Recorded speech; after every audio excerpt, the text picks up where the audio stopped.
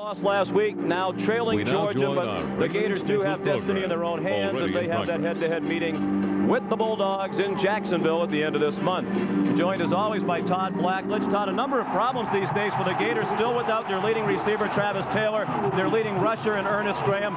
This week they lost their most experienced offensive lineman Ryan Kalick to a knee injury. He's gone for the year, but the most obvious problems are on defense. Yeah, what a fun, interesting first year for defensive coordinator John Hoke. They played great against Tennessee and Kentucky, then took a major step backwards last week against Alabama. And if you had to point to one thing, it's they've given up too many big plays. In 5 games, they've given up 16 plays of over 20 yards, 5 of them in the game last week against Alabama. None more important than Alabama's first play in their overtime possession from the 25-yard line. Sean Alexander took the counter trap, broke several tackles, some poor defensive execution by the Gators. In for the touchdown on one play. They kick the extra point and win the football game. Steve Spurrier sitting in on the defensive meetings this week because his offense only got 52 plays last week. That's not good enough for him. Meanwhile, here at LSU, the big win 2 years ago against Florida, but very few highlights since that game. The Tigers are 10-11. They started this year with a quarterback controversy, 3 men vying for the job. Coach Donato now has settled on the 3rd man to start this year, Josh Booty, the fan favorite. Yeah, and I think he's got the best guy in there right now. The big question for everybody, how far along is he on the learning curve? This is only his 4th game appearance, only his 2nd start since taking 5 years away from the game playing baseball. A lot of pressure on him because LSU has to throw today. Their offensive line banged up, 4th combination of offensive linemen in 5 games. And down on the field trying to stay dry, here's Michelle Tafoya. So far, so good, Sean. But just a short time ago, I spoke with Florida's defensive coordinator, John Hoke, and he said he takes full responsibility for his team's performance last week against Alabama. He said, I should never have gone away from what worked so well against Tennessee and Kentucky, and that's the blitz. He said he'd definitely go back to it today, and he promised a blitz fest. But one small hitch in the plans, one of his best pass rushers, Alex Brown, fractured his right thumb in practice on Monday. Now, he's got a cast on it, and team physician Pete Delicato told me they tried to make that cast as tiny as possible, but it's still a wait and see to see how he reacts to it and plays with it on. Sean, Todd. Thank you, Michelle. 78 degrees at kickoff, but humidity at 97%, 100% chance of rain is the forecast. Doesn't get any higher than that. The wind, not that much of a factor. They did have the field covered yesterday when it rained all day, and the rain has been off and on today, but we've had a couple of tropical downpours. Bo Carroll waiting for the kickoff as Florida won the toss and elected to receive. Danny Boyd kicks off for LSU. A low line drive, boomed out of the back of the end zone. Boyd's done an excellent job with kickoffs, and he's a Florida native. Senior from Bradenton, Florida. Doug Johnson is the quarterback for the Gators, returning to the place where he had the lowest point of his career 2 years ago. He threw 4 interceptions in that loss to the Tigers. This season, he's having his best year. 16 touchdowns, just 6 interceptions. And over the last 2 games, he has not thrown an interception. He's gone 65 pass attempts without one. Robert Gillespie opens at tailback. Behind the fullback, Rob Roberts. 3 wide receivers on the first play from scrimmage. A play action pass. Darrell Jackson open. Caught from behind at the 10-yard line. He shed Fred Booker near midfield, but Mark Roman was able to run him down. That's a 73-yard gain on the first play from scrimmage for the Gators. Jackson and Johnson combined on a 73-yard touchdown pass last week against Alabama. You know, a lot of people, Sean, think if it's a wet field, if it's raining, you've got to run. You can't throw it. But actually, you have an advantage if you're throwing the football because you're running forward. Defensive backs have to stop and change directions. Right there, you saw Fred Booker beat on the play, could not change directions inside the 10-yard line for the Gators on the first play. First and goal, Gators at the LSU 7. Gillespie straight ahead, touchdown. That was easy. Gillespie says to the crowd, I can't hear you now. 2 plays, 80 yards. And not the way Jerry DiNardo envisioned this one beginning.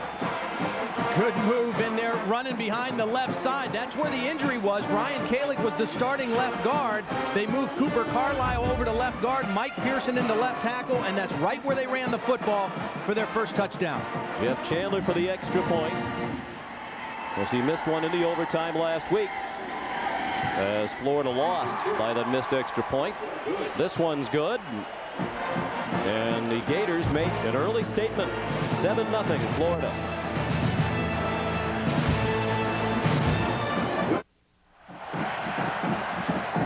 Well, Todd, it seems no lingering after effects for the Gators after that heartbreaking loss to Alabama last week. No, and Doug Johnson is watching the safety here. He knows he's got a matchup outside with his favorite receiver, Darrell Jackson. Watch as the safety jumps on the slot.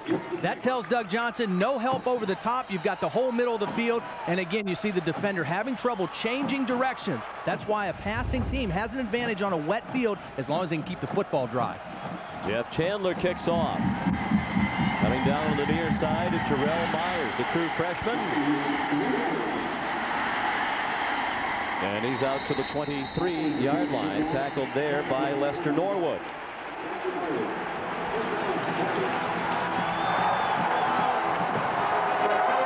Well, the LSU Tigers trying to avoid the first 0-3 start in conference since 1989. Down 7-0 as they take the field on offense for the first time, led by Josh Booty, the 24-year-old sophomore. The third different Tiger starting quarterback this year. Greg Nall started the season opener. Rohan Davey started a couple. Booty started for the first time last week against Georgia. He handed off to Rondell Mealy on first down, and Keith Kelsey made the stop. No gain on the play. Mealy, their leading rusher, with Tommy Banks, a blocking fullback. Myers, the true freshman, has become the leading pass receiver. And it's a patchwork offensive line decimated by injuries without three starters today. Sam Forehand moves in this week at guard. Trey Langley has moved out from guard to tackle. The pitch to Mealy, and he's taken down from behind. A loss on the play as Buck Gurley dropped him at the 21-yard line. Gurley a part of that defensive front four. Alex Brown, the great pass rusher. Gurley and Gerard Warren are the run stoppers in the middle. They're looking for more from Derek Chambers. Keith Kelsey barely clinging to his starting position at outside linebacker with Andre Davis and Eugene McCaslin. And in the secondary, a change. Daryl Dixon, the freshman, has taken over at free safety for Lester Norwood. This is no surprise. Florida has done an excellent job defensively against the run. It's the passing game that has given them trouble. Booty's pass almost intercepted. Was intended for Myers along the far sideline, and Daryl Dixon, the first-time starter, broke it up. And just as Michelle told us in the very beginning, first passing situation, third down, Florida brings pressure. They did not pressure last week. The corner blitz, that's why Myers had to just stop and break off his route, but he couldn't get his balance under him. Again, he's a true freshman, was a quarterback in high school, new to playing wide receiver, has to keep his weight under him on a wet field. Corey Gibbs, the senior punter, booting it away to Darrell Jackson. He got it off under heavy rush, and Jackson fields at the 30, makes a good move. And another big play for the Gators. The punter, Gibbs, had to make the tackle at the 37-yard line. Darrell Jackson, who fumbled a punt in the final minutes of regulation last week to give Alabama the chance to tie up the ball game, handling his first punt since and doing very nicely with a 33-yard return of a 49-yard punt. And the key that you always hear when you're returning punts is you've got to make the first guy miss. And Jackson did a great job of freezing Damian Woods, the first guy down there for LSU that time, freezing him and then getting up the field. If you can make the first guy miss, you have a chance for a big return. Well, to say it has been all Florida for the first 2.5 minutes would be a major understatement. Gillespie can't turn the corner.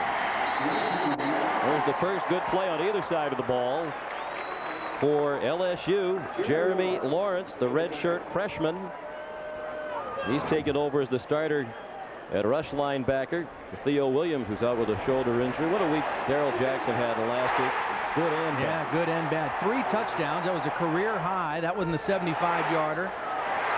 3 touchdown catches, but then the muffed punt with 3 minutes left in the ball game that gave Alabama a chance to tie it up, which they did, putting the game in overtime. On 2nd and 10, 3 wideouts. Johnson throws it in the flat to Gillespie. He's knocked out of bounds at the 32. They'll need about 5 more for a first down. Mark Roman forced Gillespie out of bounds. Well, they were on the field for such a short period of time of the first possession. We didn't have a chance to introduce you to the Florida starters. Gillespie will alternate at tailback with Bo Carroll. And up front, Cooper Carlisle has moved from tackle to guard with Kalick out for the year, and Mike Pearson steps in as a new starter at tackle for Steve Spurrier. 3rd down and a long 4. Florida leads 7-0. Just more than 3 minutes gone by, and rain-soaked Baton Rouge. They dump it to the tight end, Aaron Kinney. First down and more, down to the 10-yard line, where Brady James made the tackle. Well, both defenses have had a problem with big plays against them this year. And so far today, it's the LSU defense yielding some big plays. That's 21. Right there's the tight end. Florida will do this. If they think you're paying too much attention to the wide receivers, they'll show block with their tight end and slip him down the middle of the field. That's a freshman linebacker in there, Brady James. Very aggressive, not quite up to speed on all his reads in coverage. That time they fooled the freshman with the tight end. The lone back is Rod Frazier, the backup fullback. Tries to grab with the pass pattern. The throw to the goal line, knocked down. Double coverage from Clarence LeBlanc and Fred Booker. They knocked down the aerial intended for Darrell Jackson. The 3-4 defense for coordinator Lou Tepper of LSU. Up front, it's Johnny Mitchell, their steadiest defensive player to this point of the season. Muskingum Barnes and Jarvis Green, a pass rusher. 4 linebackers, including true freshman Trevorance Falk.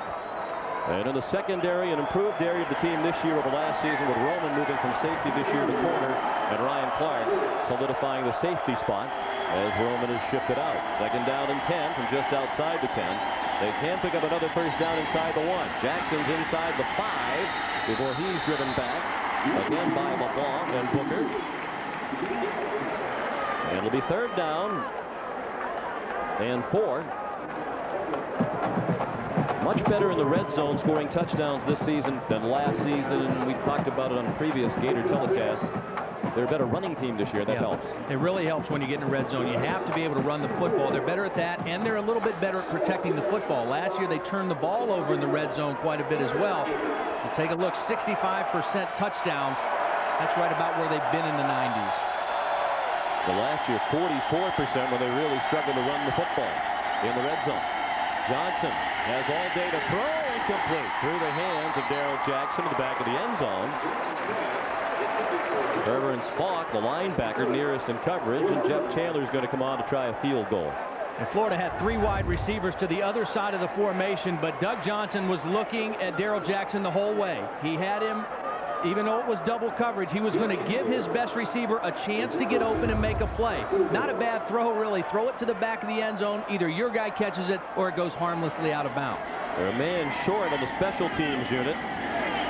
Rob Roberts runs on late. Jeff Chandler's never missed a field goal in his career of less than 40 yards. 15 of 15 in his career inside 40. This is from 22. And good. And after just 4 minutes and 35 seconds of action, Florida has a 10-0 lead over LSU.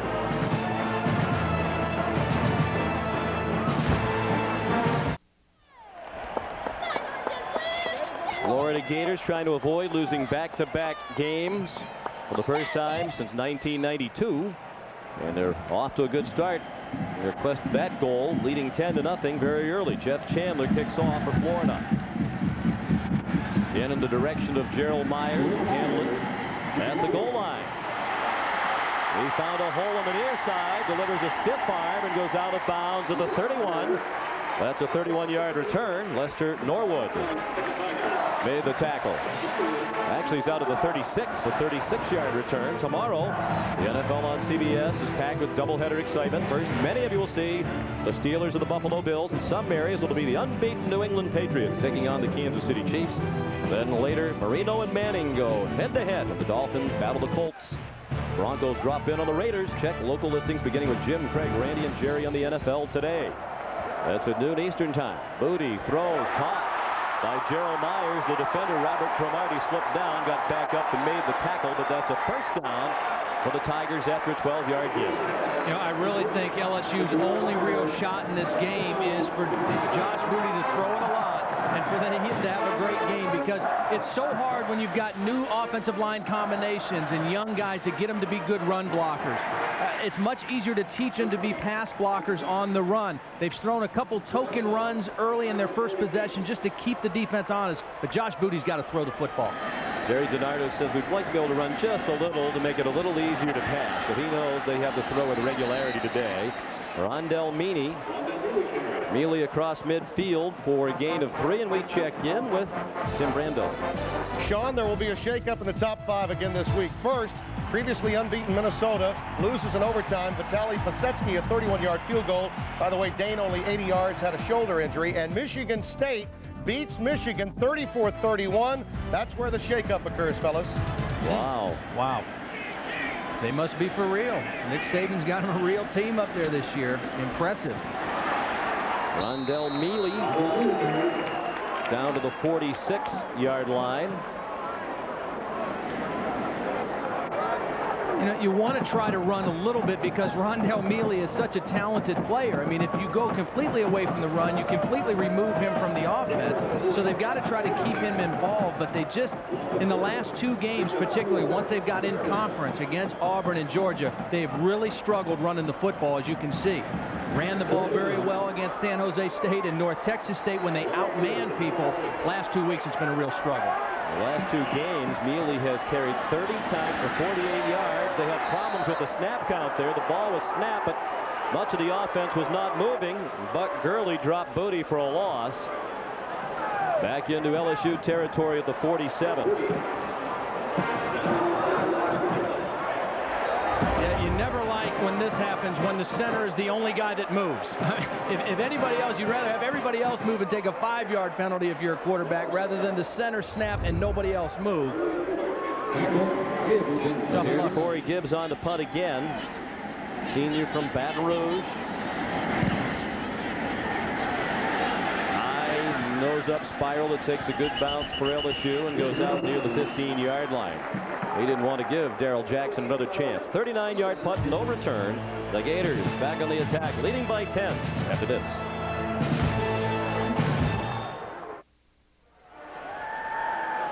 For these LSU fans, they must be thinking, here we go again. The last home game for LSU was 3 weeks ago against Auburn, a 41-7 loss to Auburn. And in that game, it was 17-0 Auburn before LSU picked up a first down. Hasn't been quite that bad today, but it has been close. Gillespie dances out to the 17-yard line. A gain of 2 on first down.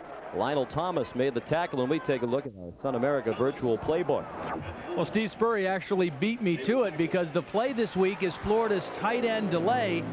Florida's tight ends have only caught 6 of 114 receptions for the Gators coming into today, but as soon as he feels you spending too much time worrying about the wide receivers, he'll send them all downfield, slow block the tight end for a couple seconds, and then get the ball to him.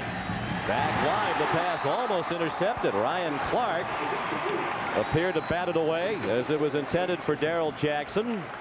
And you get the feeling the LSU secondary is realizing that Doug Johnson is really zeroing in on Darrell Jackson in just about every pass attempt. Darrell Jackson has certainly become the go-to guy, and he's getting double coverage. A lot of attention. This time the safety Ryan Clark coming over to help. You know, Lou Tepper knows who the go-to guy is for the Florida Gators. Third down and 8, 3 wide receivers. Gillespie the lone back. Johnson again with a lot of time. Dumps it for Kinney, the tight end. He's short of a first down. And he lost his helmet at the 22-yard line.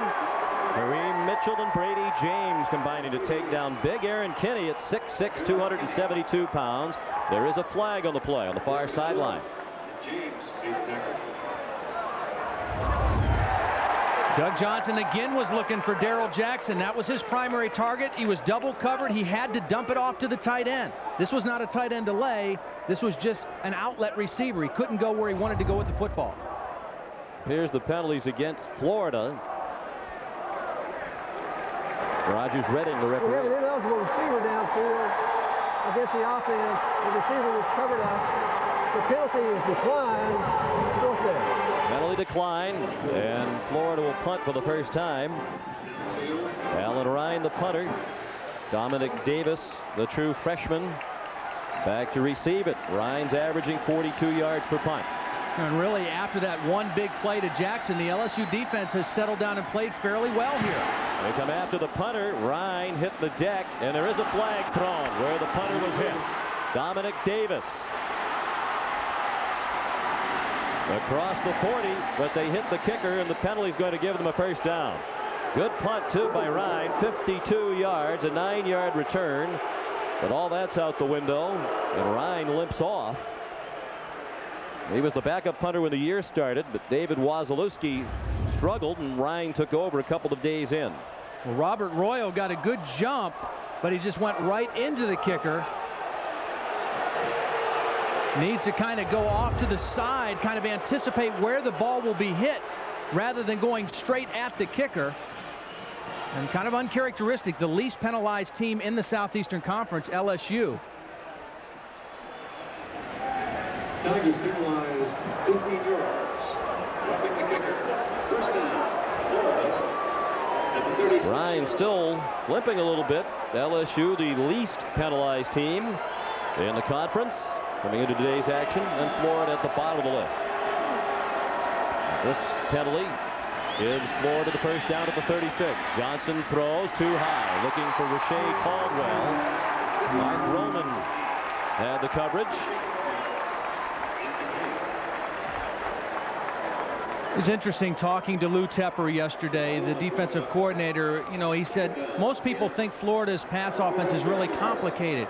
He doesn't think it is. He thinks they only have about 5 basic passing concepts, but their execution is what makes them so special. He said, we're not going to be very complicated either. We just have to execute at the same level that the Gators execute. Second and 10. 5-man rush.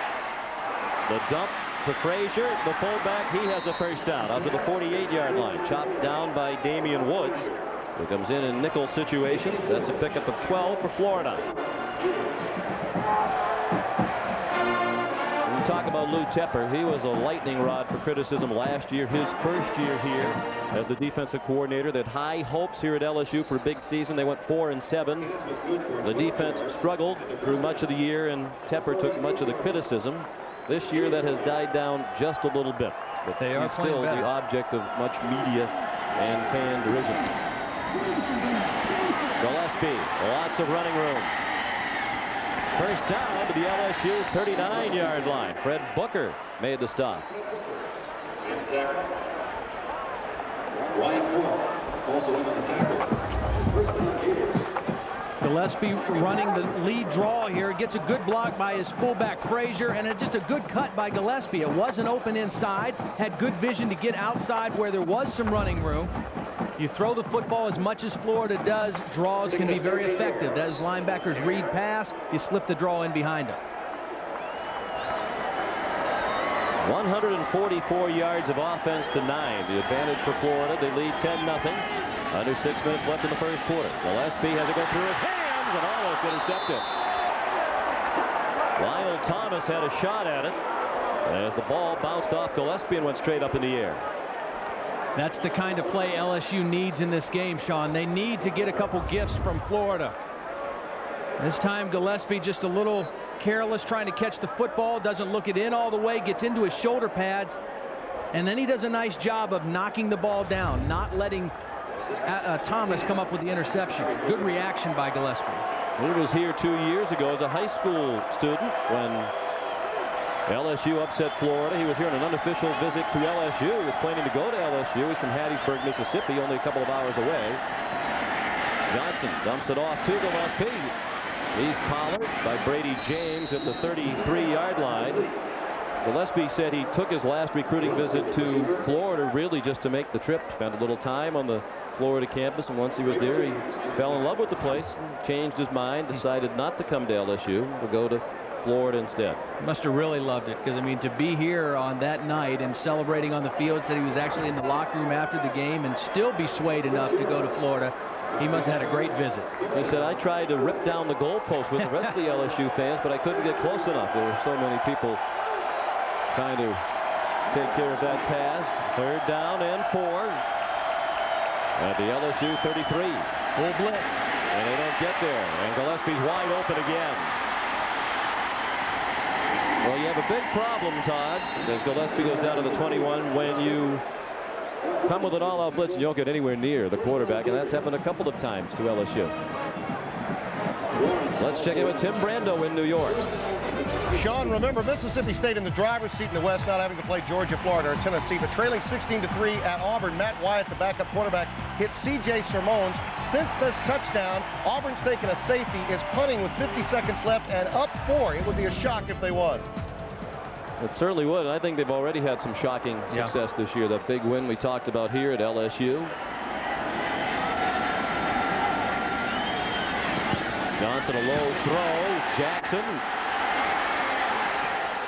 picks up a 1st down. LSU just can't make any kind of a play on defense right now. And you know what? I really like how Doug Johnson is playing. I mean, the last 3 weeks, he just is playing so confidently, and he just has full command of what they're doing. He's not getting greedy. He's taking what the defense gives him. Just a nice, easy throw out to Jackson. You got skilled receivers who can play with the ball when they get the ball in their hands.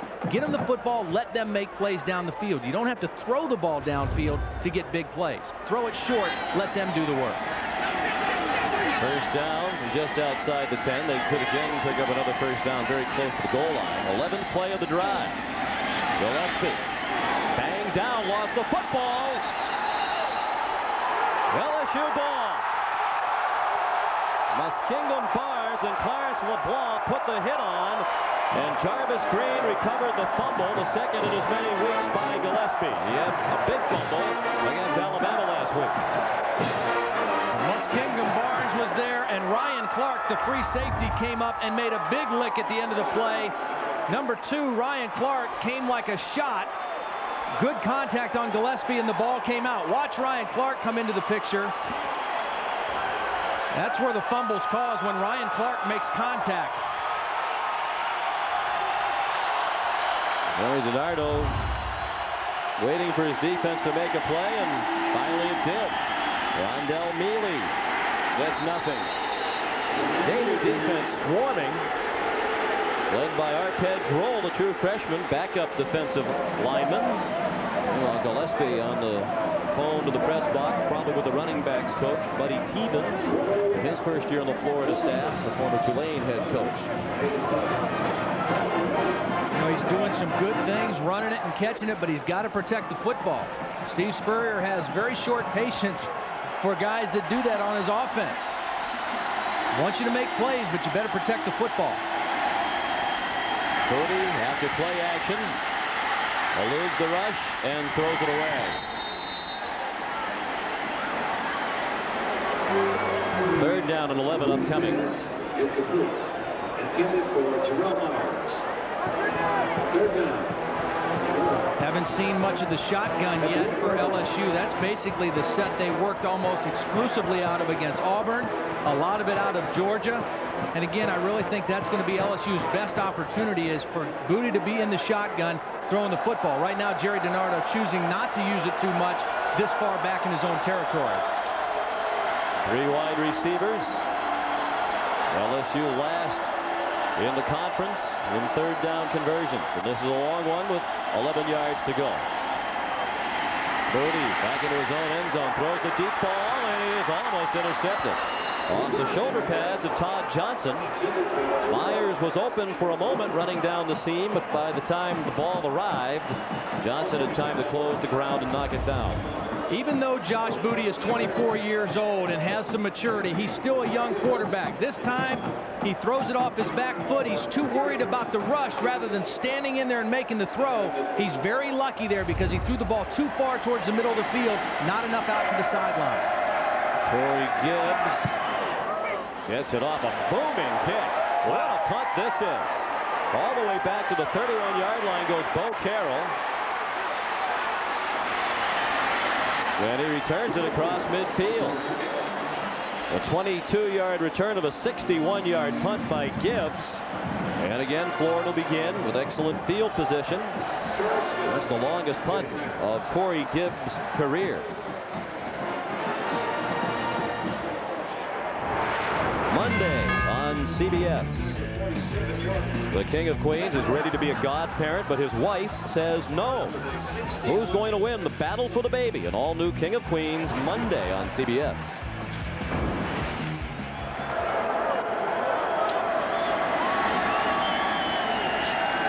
Doug Johnson, short drop, finds Rashae Caldwell. And he took a pop along the far sideline. Fred Booker, as Lionel Thomas had him wrapped up, and Booker came flying in to deliver a hit. You know, Steve Spurrier tried to send some messages to his defense this week, sitting in on meetings, helping out, kind of making some suggestions. I'm sure he also sent a message to his return team. He was very disappointed in his kick returners. Coming into the game, they were last in the conference in punt return. So far today, pretty good job by both Carroll and Jackson. Well, he had some notable problems on special teams last week. Another fumble by Bo Carroll. He couldn't find it. And Trevorance Falk did for LSU. So Gillespie goes out after his fumble. Carroll takes his place, and he fumbles the handoff. Problem for Steve, he has nowhere else to go with running backs. Ernest Graham is still hurt. When the ball is wet, you have to protect the football. You've got to pay extra attention when you're the quarterback. Stick it in the stomach. When you're the back, make sure you get both hands on the football. That was a little bit high by Doug Johnson. He put it up on the shoulder pads rather than down on the soft part of the belly. Quarterback's got to stick it in the belly. The back's got to put both hands on the football. Bad exchange. 2 turnovers in LSU territory by the Gators. It could be much worse for LSU. Booty hit as he throws by Gerard Warren, and the pass fell harmlessly to the ground. Booty might think hitting 210 in the minors wasn't such a bad thing after all, with the punishment he's taking from his Florida defense right now. Well, he knew, he had to know he was going to come up against a very hostile defense today. This defense looked terrible last week against Alabama. They've been much more aggressive today. Gerard Warren, his greatest strength, he is so quick off the ball at the snap. That time he just beat his man and was right into the face of Josh Booty. 2nd and 10, under 2 minutes left in the first quarter. A quarter dominated by Florida. On the draw, Rondell Mealy. Across midfield, about 1.5 yards short of the first down for the senior from Destrehan, Louisiana. Mike Natil, the backup linebacker, and Marquand Manuel made the tackle for Florida. Nice call by Bob McConnell. They're getting up the field quick. Run the draw. Got a good block by his fullback Tommy Banks on the linebacker. Get Mealy involved. They want to rush up the field quickly. Get him upfield. There's Bob McConnell, offensive coordinator. Took over that position first year this year as a coordinator. Took over from Morris Watts. Bob McConnell had been on the staff here as a receivers coach, promoted 2 coordinators. Good fake by Booty. The pass caught by the tight end. Robert Royal has the first down. Inside the 40 to the 39 for the junior from New Orleans. Not a real easy throw to make for a right-handed quarterback. They run bootleg, and he comes out to the left. Got to get his shoulder square. And a nice job by Royal adjusting to the football. A key 3rd down conversion for the Tigers. Coach is raving about the athletic ability of Robert Royal. We chatted with Bob McConnell yesterday. Booty's 2nd completion. He's 2 out of 6. Mealy slipped the tackle at the line of scrimmage. Got a 1/2 yard. Marquand Manuel up from his safety spot to make the tackle. He's the leading tackler for the season for the Florida defense. Tell you what, Josh Booty needs to change his snap count some, because watch how quickly Gerard Warren is getting off the football. He's just beating too many people in there. He's anticipating the snap count. He's getting off the football quick. Josh needs to change up his snap count a little bit, get him guessing or get him back on his heels a little bit. Warren is creating some problems in the middle of the offensive line right now. Gerard Warren is a sophomore from Rayford, Florida. There he is again. Yep. Right into the backfield almost before the handoff to Mealy. That's going to be the final play of the first quarter, but there is a flag down. A flag down thrown in the secondary. Watch how quick Warren is. I mean, he's a 300-pounder. He's working against a smaller guy. Jason Underwood, the center in there, is only about 270 pounds. He's a young guy. We have a dead ball, personal foul against the defense. The penalty will be enforced to start the second quarter. Well, Steve Spurrier's seen this before. The biggest problems for his team this year, turnovers and penalties. We've seen both here in the first quarter. The end of the first quarter, it's Florida 10 and LSU nothing. We'll return to Tiger Stadium right after this message and a word from your local station.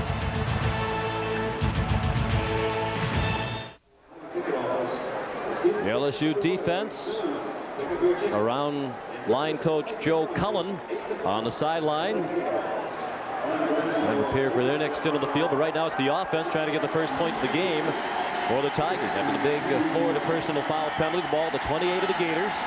First and 10. Rondell Mealy follows the fullback Tommy Banks down inside the 25-yard line. Sean McDonough with Todd Blackledge. Todd, it's really the typical story that you see so many times in football.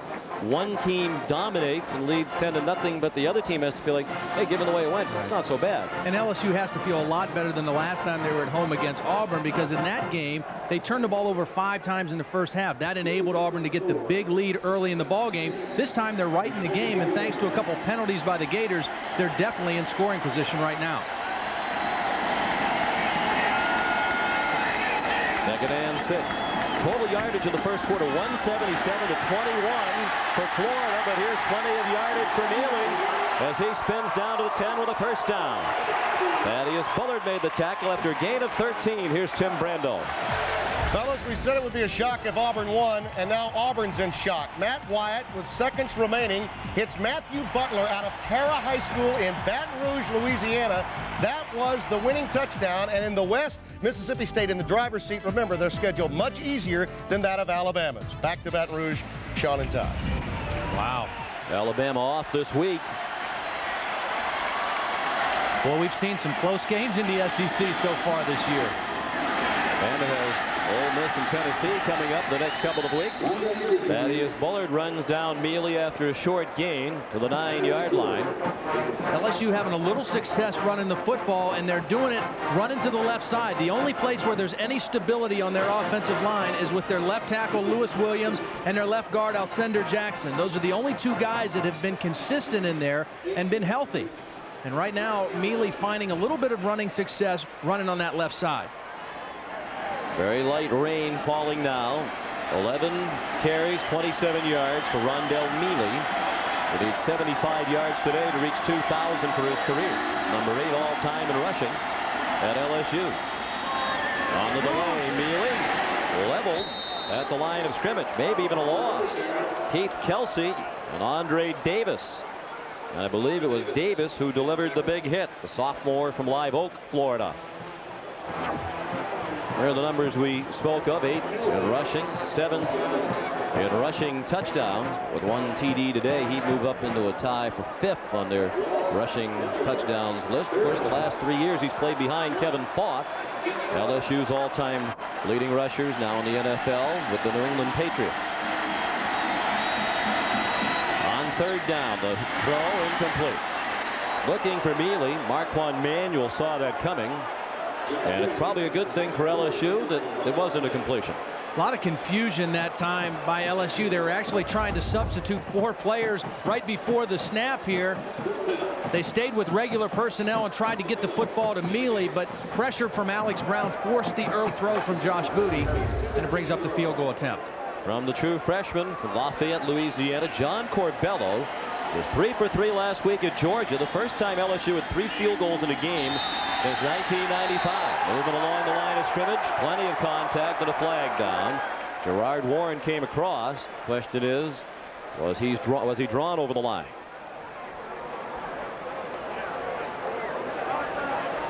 If a dead ball foul, offside against the defense, 5-yard penalty. It's going to be enough for a first down. Will make it a shorter field goal, but really from this angle, Todd, it does make it a tougher angle for Corbello.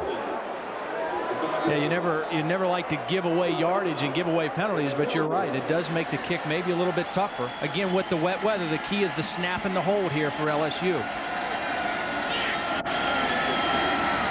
snap. Well handled. That one is just through the upright.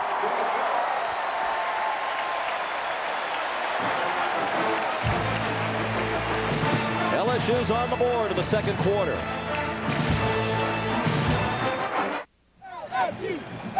A 22-yard field goal by John Corbello. The holder, Corey Gibbs, did a terrific job with that snap. And LSU is on the board. It's 10-3 Florida. And Danny Boyd is going to kick off.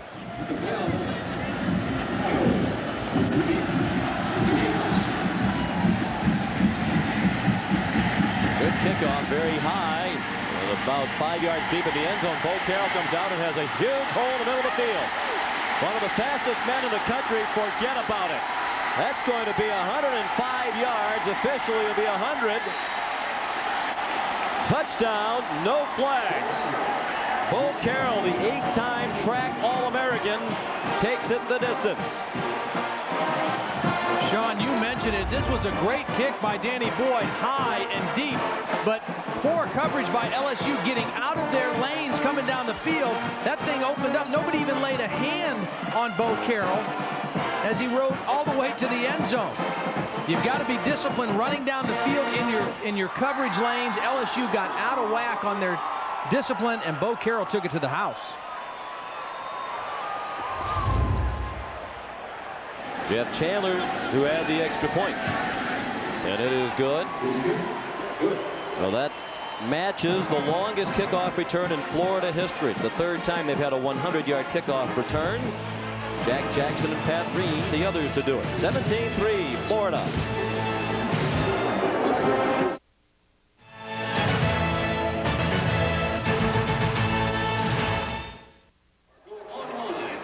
(17-3) Gators after the kick return. Watch, you want to stay in your lanes, but watch as they get closer to the returner, Carroll. Right in here, they get bunched up together. No discipline on that. Ryan O'Neal, number 49, got out of his rush lane, and Bo Carroll just showed he has that world-class speed. You give him a crease like that, he's going to make you pay. His top time in the 100 meters, 10.19. Didn't take him much longer than that to go the 105 yards. Officially 100 yards. First kickoff return for a touchdown by Florida since Carroll returned one 94 yards against Arkansas in 1997. Chandler's kickoff will come out to 20, and we check in with Michelle. Well, you guys, this is the infamous letter sent by Steve Spurrier to LSU earlier this year, stating that because of the nasty, vulgar treatment by the fans 2 years ago here in 1997 in the loss, Florida would wear its white jerseys. But LSU recalled an old rule. Actually, it's a fairly recent rule that no one had thought about, and it states the athletic directors voted always grant the home team's request to wear white. And Steve Spurrier actually told me, hey, I'm glad I learned about the rule because I want to use that myself coming up. Back up to you. Well, he said he'd like to wear white at home on those hot days. The pass deflected. Josh Booty throwing to the near side, but Teddy Sims got his fingertips on the pass, and it fell incomplete. I'm not sure how many times he'll do it, but I can pretty much guarantee it he'll do it the next time LSU visits Gainesville. He may not do it any other time. He said, hey, all those pro teams in Florida, the Dolphins and the Bucks and the Jags, they all wear white, but I think he likes wearing blue at home, but I bet he wears white the next time the Tigers come to town. Well, the Tigers certainly like wearing their white jerseys. The last time they didn't wear white at home was in '96 when Vanderbilt came here, and Vanderbilt was upset because Jerry DiNardo left Vanderbilt as coach to come here. They didn't want to accommodate the Tigers. Booty throws back across the middle. It is caught at the 30-yard line.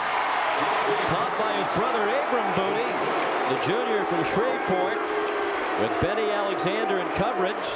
And that's a reenactment of Josh Booty's first college completion. His first completion was an 8-yard pass to Abram Booty. And boy, is this a play that the LSU coaches are happy to see. They've been waiting for Abram Booty to kind of get back to being himself. He was a very productive receiver the last 2 years, had back surgery, and has really been slow coming back to old form this season. Kind of down on himself, discouraged, but that was a big catch. Let's see if it can really propel him to a big game today. He's even talked of transferring. Wow, what a hit. Tron LeFevre, the true freshman, a reserve defensive lineman from Fort Lauderdale. And that LSU offensive line is having a very, very tough time. Well, again, Sean, it is so difficult to teach run blocking, even if you have experienced guys. They have to be all on the same page and all cohesive. And you're going against a team that is young, but they've been playing together in Florida, and you've got new guys up there. Patchwork offensive line, trying to get them to run block, very, very difficult to do. 5 different rushing plays have gone for a loss for LSU to this point, including that one that lost 3. Booty gets the yardage back, but it'll be 3rd down and 10 as Reggie Robinson made the catch and Marquand Manuel drove him back.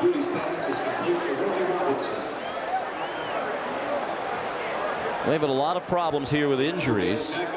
And as Jerry DiNardo says, his philosophy of offense is based on the personnel. He said we had personnel to have a great running attack. That's what we did. Now we'd like to throw it. Yep. But it's hard to have any kind of a personality when you have to deal with injuries all over on both sides of the ball. And offensive line particularly. I mean, last week they lost 4 guys. They lost 2 guys in practice before Georgia. Then they lost 2 guys during the game in the Georgia game. They moved 2 guys that were on scout team. They're in there playing now. So really a tough situation for Hal Hunter, the offensive line coach. On 3rd and 10, Birdie stripped of the ball. There's a flag down.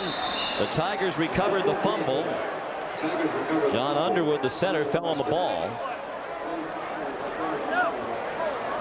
And that's a holding call that'll be turned down and set up another LSU punt.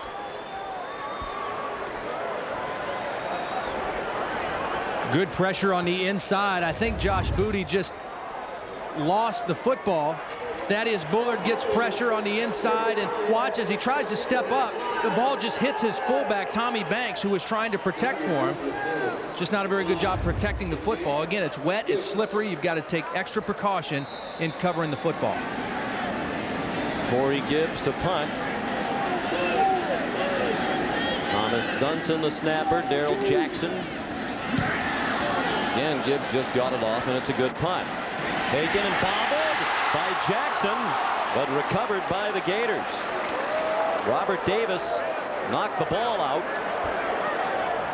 And it was recovered by Demetrius Lewis, a 44-yard punt, and that was eerily reminiscent for Gator fans of the muff punt by Jackson in the final minutes of the game last week against Alabama that led to the tie, tying the game. Tim Brando in New York. Coming up on the AXA halftime report, Spencer Tillman and I will get you caught up on all the scores and highlights of a big day, including more shakeups in the top 5 as the Spartans beat the Wolverines in East Lansing. Now back to Florida and LSU.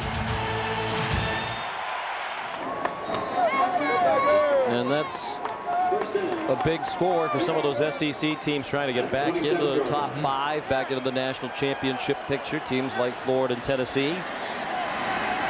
Which team that falls ahead of them? Prospects of moving up obviously a lot better. The pass down the seam, caught by Aaron Kinney in traffic. He had 2 defenders near him and still made the catch. There's a flag down back behind the line of scrimmage. The play stands at the 29-yard gain. But it's not going to stand. No one covers college football like CBS Sportsline. Each week you get in-depth previews and results from every game, plus see how our experts rank all 114 Division I-A teams.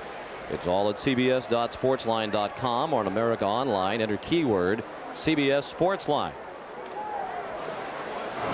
And this play got nullified, but what a beautiful throw by Doug Johnson. Down the middle to the tight end, Kinney.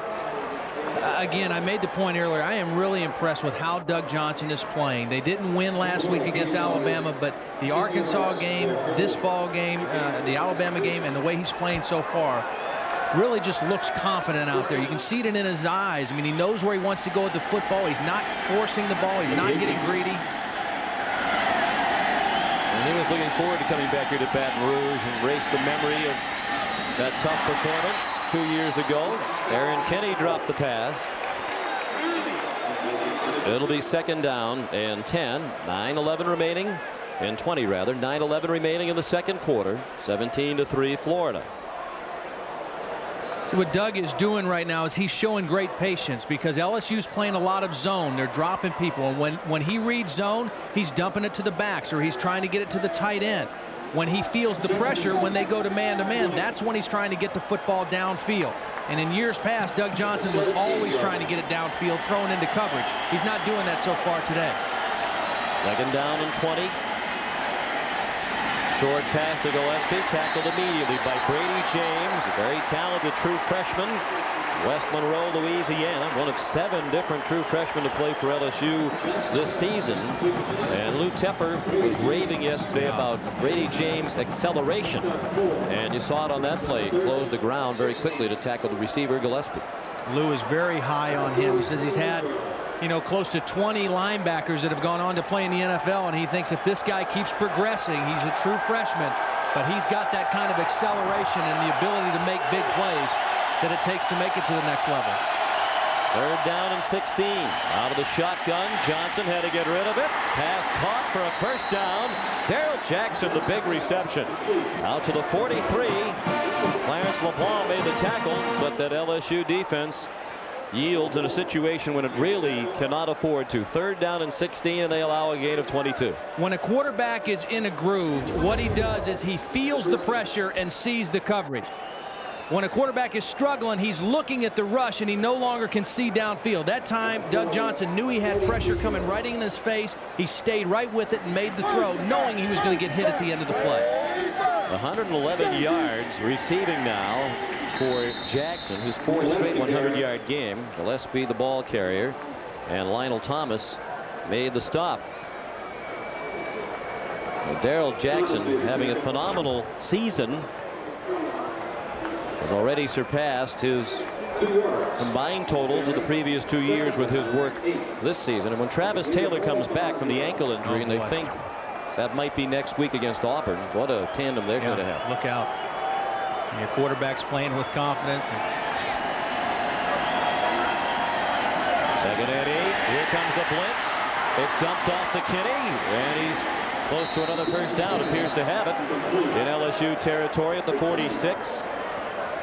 And you talked about it again. Johnson totally alert to the situation, and Kinney was wide open. When you're relaxed, you just see the field. You feel the pressure. Here this time, Brady James coming right up the middle, and because Doug Johnson is in the shotgun, he's able to get that ball off. Even though Brady James has that acceleration, he's in the shotgun so he can get that football off.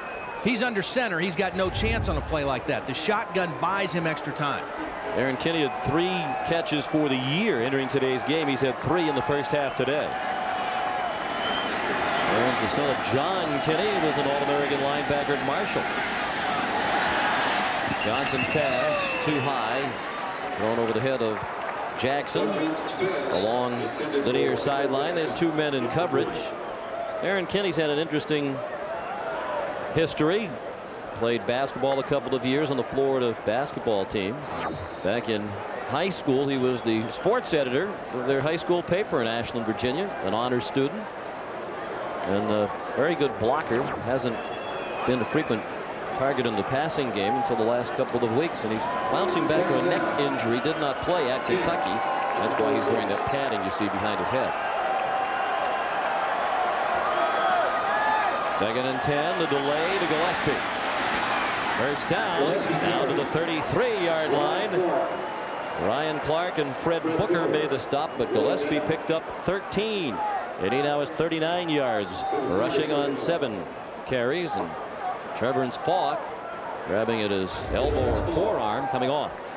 Good blocking here by Cooper Carlisle. He was the starting left tackle. They moved him to left guard this week because of the injury. Did a nice job of opening up that draw for Gillespie, letting his man, inviting his man to go upfield, Johnny Mitchell.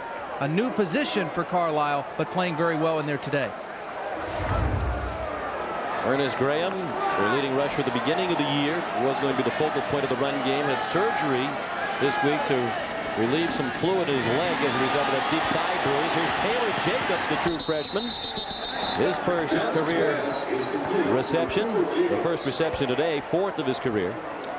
And he went out of bounds, close to another 1st down, but Ernest Graham had a little surgery, nothing major, just to release some fluid in that leg, and they think he could be back in 2 or 3 weeks. And when they do get him back, they get that physical presence running the football. Gillespie and Carroll are the quicker, more explosive guys. Ernest Graham at about 210, 215 pounds, low center of gravity, gives him a little more of a physical presence in the backfield. 5 wide receivers now, the empty backfield. On second and short, second and a yard on the LSU 25. They bring pressure, but they don't get there. That pass is incomplete. Clarence LeBlanc thought he had it. The officials say no. Darrell Jackson, the intended target. Very nearly the 3rd Florida turnover.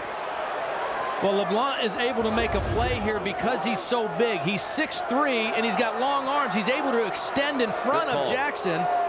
He gets his hands on the football, but the ball does hit the ground. It's a good play by LeBlanc, getting in front of Jackson, but a good call by the officials, nullifying the interception.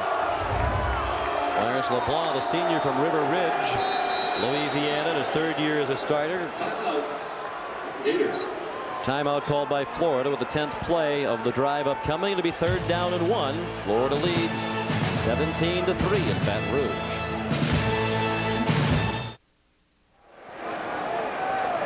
A miserable day here in Baton Rouge. Steady rain, very humid. You don't want to put the rain jacket on because it is so hot and muggy. Big play here, 3rd and a long one.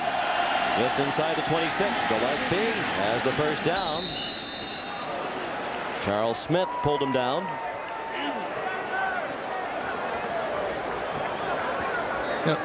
Gillespie carry. Coming up on the college football today, AXA halftime report. Tim Brando and Spencer Tillman bring you up to date on all the scores and highlights. It's all coming up on the AXA halftime report. Once again this week, as every week, there are some surprises across the college football landscape. High formation now with Rod Frazier, the fullback, in front of Robert Gillespie.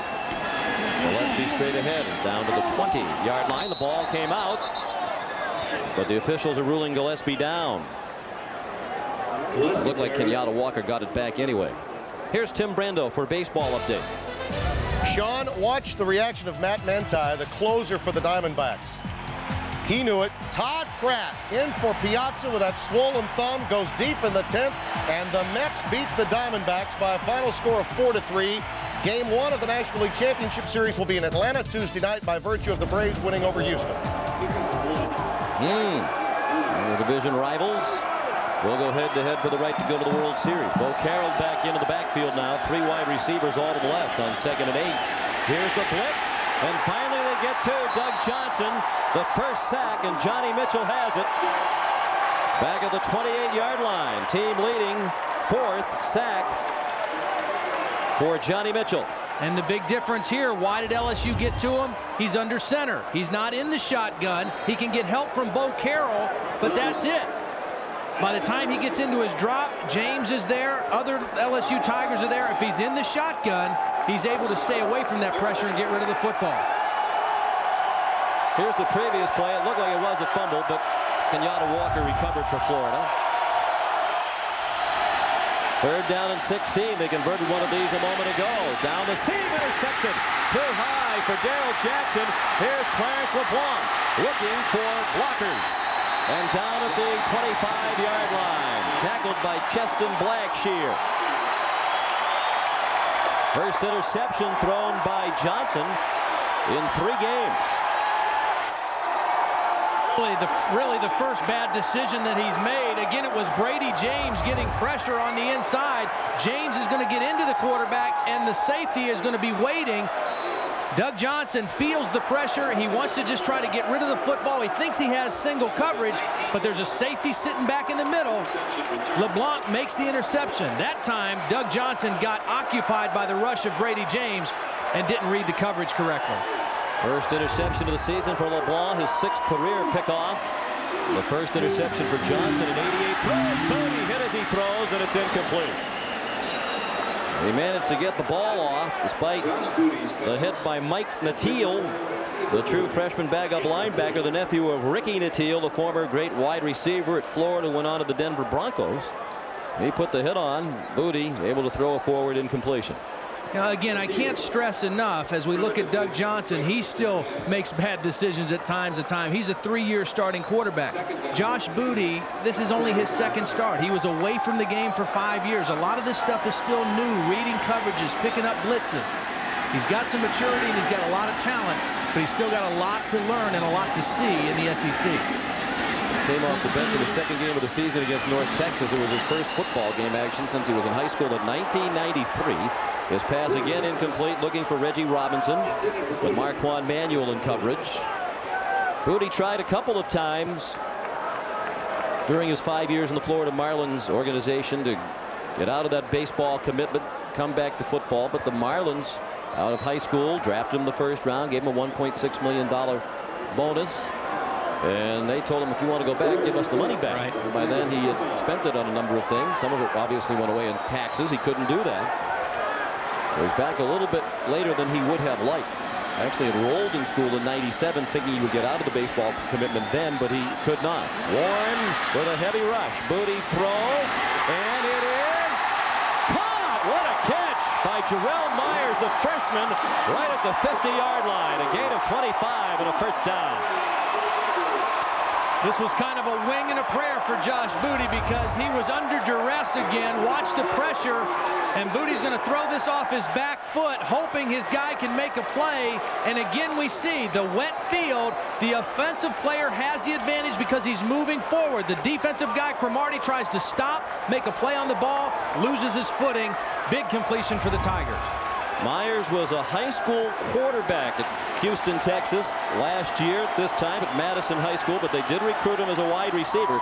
They had no idea he'd be this good. The pass incomplete, looking for Jamal Pack. As a matter of fact, Bob McConnell, the offensive coordinator, told us yesterday we were hoping that maybe this year he could develop into our third or fourth wide receiver.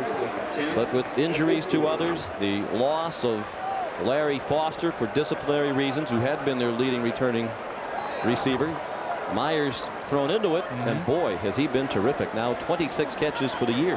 And a credit to him, his maturity, his work ethic, not very common for true freshmen coming out of high school. He was ready to play at this level, and from the very beginning of training camp, he's been in there doing a good job. Second and 10, Tigers at midfield, trailing by 2 touchdowns. Looked like they wanted a shovel pass. Finally, Booty throws it into traffic. And a flag comes down. Might have been caught by an ineligible receiver in that pile. Tough to tell. Marcus Akendo Johnson put the hit on Booty, who tried to throw it as Johnson took him down. And that is illegal touching against LSU. Looked like he threw it to Alcindor Jackson. Well, he was looking for 7, and he found 71. Maybe he only saw the 7 on Alcindor's jersey there. Again, they're trying to throw the shovel pass. It's snuffed out pretty well by Florida, and this is one Josh just has to kind of eat. He's got to take it. He's actually down when he threw it anyway. It looked like his knee was down before he threw the football. You know, with their injury problems at wide receiver, maybe they can line up Alcindor Jackson out there. He showed good hands in traffic. 313 pounds. I don't think they have enough guys to put somebody else in there at left guard if they do that. We have illegal touching. The pass was caught by an ineligible receiver against the offense. That kills decline. Third down. Yeah, I don't think that, you know, his knee was clearly down. Yeah. The play should have been over right there. Hit. Yeah. Well, third base wasn't so bad. Illegal touching. He played third base in the Marlins organization for 5 years, 13 games in the majors. Started the season at third base a couple of years ago when Bobby Bonilla was injured. Went 7 for 26 as a major league hitter. Actually hit better than he did in the minors. Career .210 in the minors. Third down and 13. Pump fake, and he fell down. Slipped down on this very wet grass. Boy, they had a nice setup too. They were going to try to go pump fake, hook and go. Again, the wet turf. They thought they could get Cromartie to bite. But Josh Booty couldn't maintain his footing. And so take a look again at Bob McConnell, the offensive coordinator, trying to find something that his quarterback can do here. Some way to protect his quarterback, some way to get some good positive plays. It was a loss of 10. Booty upset. He knows they had a promising play unfolding. Corey Gibbs to punt. And it's a bad snap. Free on the turf at the 20-yard line. Looked like they might have been trying to snap that to one of the up men. Either that, it was just a horrible snap by Thomas Dunson. It came close to hitting the personal protector, almost as if it were intended for him. But in any event, it's a big problem for LSU. A loss of 17, and Florida gets it at the 20-yard line of the Tigers. Scored as a bad Well, take a look. Here's it was. Yeah, they were trying to snap it short. In it, Ryan O'Neal, the personal protector. And even if that snap is low, the guy's got to field it. There it is. It is a little bit low, but he's got to catch that football. What about that play, though? What were they going to try to do on 4th and 23 with that play? Obviously, he would have to throw it. You couldn't think he would run. Well, it didn't look like he was awfully bad down and distance to try a play like that, you would think. Blitz. Johnson swung down. Charles Smith, the linebacker, on the blitz with a second sack for LSU. And the clock runs down to 2 minutes left in the half. Again, LSU gets to the quarterback, Doug Johnson, when he's under center, not in the shotgun. Good job by Smith timing his blitz and getting right into the face of Doug Johnson. You know, you just don't get to the quarterback at Florida very often. He gets rid of the football. He knows how to avoid sacks. But when you get your shots, when he's under the center and you got a shot to come in that A gap, you can get to him. Loss of 7, 2nd and 17 at the Tiger 27 with 5 wide receivers. Johnson down the seam for Alex Willis. Touchdown!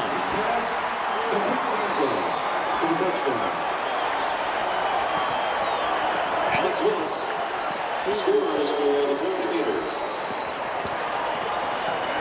27-yard touchdown pass. 2nd touchdown reception of the season for Willis. Watch Lionel Thomas. Never looks back for the football. When he did try to take a glance back, it was too late. The ball was nestled in the arms of Alex Willis. Single coverage. Florida spread them out, got the matchup they wanted, and got the touchdown. Chandler's extra point makes it 24-3 in favor of Florida with 1:24 remaining in the first half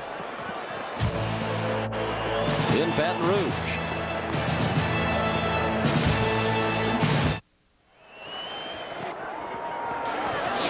Sean McDonough, Todd Blackledge, Michelle Tafoya back at Tiger Stadium, Baton Rouge, Louisiana, visiting Florida with a big lead, 24-3 as we approach halftime. 1:24 left. Squib kick by Jeff Chandler, just smothered by Jamal Pack at the 24-yard line. Now it's time for the Applebee's traditions of the game. Lots of traditions here in Tiger Country, including Mike 5, the Bengal Tiger. In his 9th year as the mascot for all LSU athletic teams. Seen there relaxing in his on-campus lair. He didn't come out for his traditional pregame visit to the field today because the ground's a little soggy. They thought his cage might sink right into the ground. The legacy of Mike the Tiger dates back to 1935 with Mike 1, Mike the first. Legend has it for every growl from that Tiger, that's how many touchdowns the Tigers will score in that game. And I don't think he did much growling so far today. Josh Booty down back at the 16-yard line. A couple times now we've seen Josh Booty, as he tries to plant on his back foot, just lose his balance, and he's going to have to make that adjustment. He's got to alter his steps, maybe take shorter steps, try to keep his center of gravity a little more under control. You would think with this field position, these weather conditions, field conditions, they might play it close to the vest, just try to get in the house and regroup, try to do better in the second half. That seems to be the approach, as Mealy took the handoff and went down for another loss. Gerard Warren in the backfield again to make the stop. Let's go back to the Doug Johnson touchdown. He knows what he has outside. All he has to do is make the safety stay where he is. He's got to look the safety and keep him in the middle of the field so he can come back and throw the football to Willis. He knew he had one-on-one. The only guy that could hurt that play was if the safety read him and got over there and helped out. Did a great job of keeping the safety in the middle of the field with his eyes. 3rd and 20 upcoming. A timeout called by Florida. Steve Spurrier wants to get Doug Johnson back on the field with a chance to do more damage. He's done plenty already. 226 yards. We mentioned that game 2 years ago when he threw 4 interceptions, but in that game he also completed 32 out of 57, which both remain his personal single game best. Yeah. I have a game like that in my history too. Played down in Miami, you know, set career high for completions and attempts, but it wasn't a losing effort as well to Miami. And most of the time when you set those records, it isn't in a win. Unfortunately, even for a team like Florida, they need balance in their offense, and those numbers are nice as you get down the road, but boy, that was a tough night for him here. We'll find out if it's a tough night for Samo and Arsenio tonight on CBS, as the gentlemen are forced to trap an international assassin. And to do it, they'll have to use just the right bait. An all-new martial law tonight on CBS. 3rd down and 20. LSU at its own 13. 1 timeout left for Florida. 32 seconds left in the half. Dominic Davis, the freshman, now at a tailback. And he gets collared by Gerard Warren, who's having a career game here in the first half. And the Gators use their last timeout of the half with 26 seconds remaining. LSU will be forced to punt right after this. 14, that's a punt. As if the situation couldn't get any worse for LSU and its fans. Now a torrential downpour, raining as hard as it has all day long here, as Corey Gibbs lines up to punt. We think they had a very strange occurrence with the last punt attempt. The Gators been close to blocking a number of them. Gibbs got that punt off very high.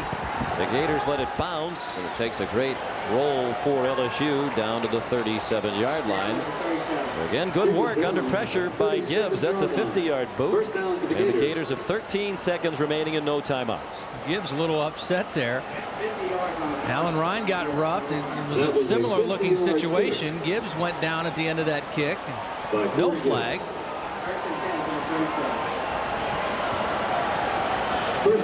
Well, you think Michelle Tafoya drew the short straw on our crew today, because she has to be down there on the field to interview the coach here in a minute. I hope she has the jacket, maybe a hat. No. It's a good thing I have an umbrella, you guys. Yes, I'm the only one on the field allowed to have one. And after all that, using the timeouts, the field position, and rain such that Steve Spurrier says, why flirt with disaster? So they take a knee. And that's the end of the first half. Florida leading 24-3. Here's Michelle with Steve, hopefully both under the umbrella. Keep walking, son. Yeah, he wants to keep walking while we do this. Absolutely, get you out of the rain. But in spite of some defensive pressure on Doug, he managed to make it 24-3 with another touchdown pass. Do you need to keep him in the shotgun? Oh, I hope we got enough points that they can't score 3 or 4 touchdowns, but we have to wait and see what the rain does. But we left a few points out, but we got some also. So you run more now that it's raining? Well, we're trying to hold on to the ball better. We fumble way too much. All right, Coach, thanks a lot. Back up to you. All right. Score at halftime is Florida 24 and LSU 3. Let's go to Tim Brando in New York. Coming up on the AXA Halftime Report, Spencer Tillman and I will have all the scores and highlights, including a look at how #1 Florida State did without Peter Warwick, after a word from your local station. The AXA Halftime Report is sponsored by AXA Advisors. Hello, everyone. I'm Tim Brando, and welcome to the AXA Halftime Report with the score in Baton Rouge. Florida leading LSU 24-3. Joining me, the man that said, watch for the first play. They may go deep. Spurrier's going for the jugular. Spencer Tillman, you were right. A little birdie told me that. In this contest, though, it's a lot bit closer than LSU would be comfortable with at this particular point. Part of the reason why, Timmy, the conditions, it's wet, it's rainy out there, but Florida has done something special. Their athleticism has kept this game the way it is. It needs to be for them today. All right, obviously a lot of other games that we can talk about, including Florida State and Miami. 31-21 the final, of course. The big story here, Warwick not playing because of what happened earlier in the week. We've documented that. The Canes go strong, though. That's right. Look at Kenny Kelly here. Coming into this contest, he was averaging some interceptions, too many of them, in fact. But here, nothing doing here. Kenny Kelly hooks up there for an 80-yard strike with a touchdown. That's big time. How about Chris Winkie for the Heisman? How about Chris Winkie for the Heisman Trophy? This guy's stepping up, doing some fine play right here. Watch him hook up for the touchdown. And that's what Bobby Bowden would say. It's fine. You know, you're sitting there pleading to yourself for a misdemeanor. You know, I'm not used to pleading for misdemeanors, but I was pleading for one this time because I did not want to give up the talent.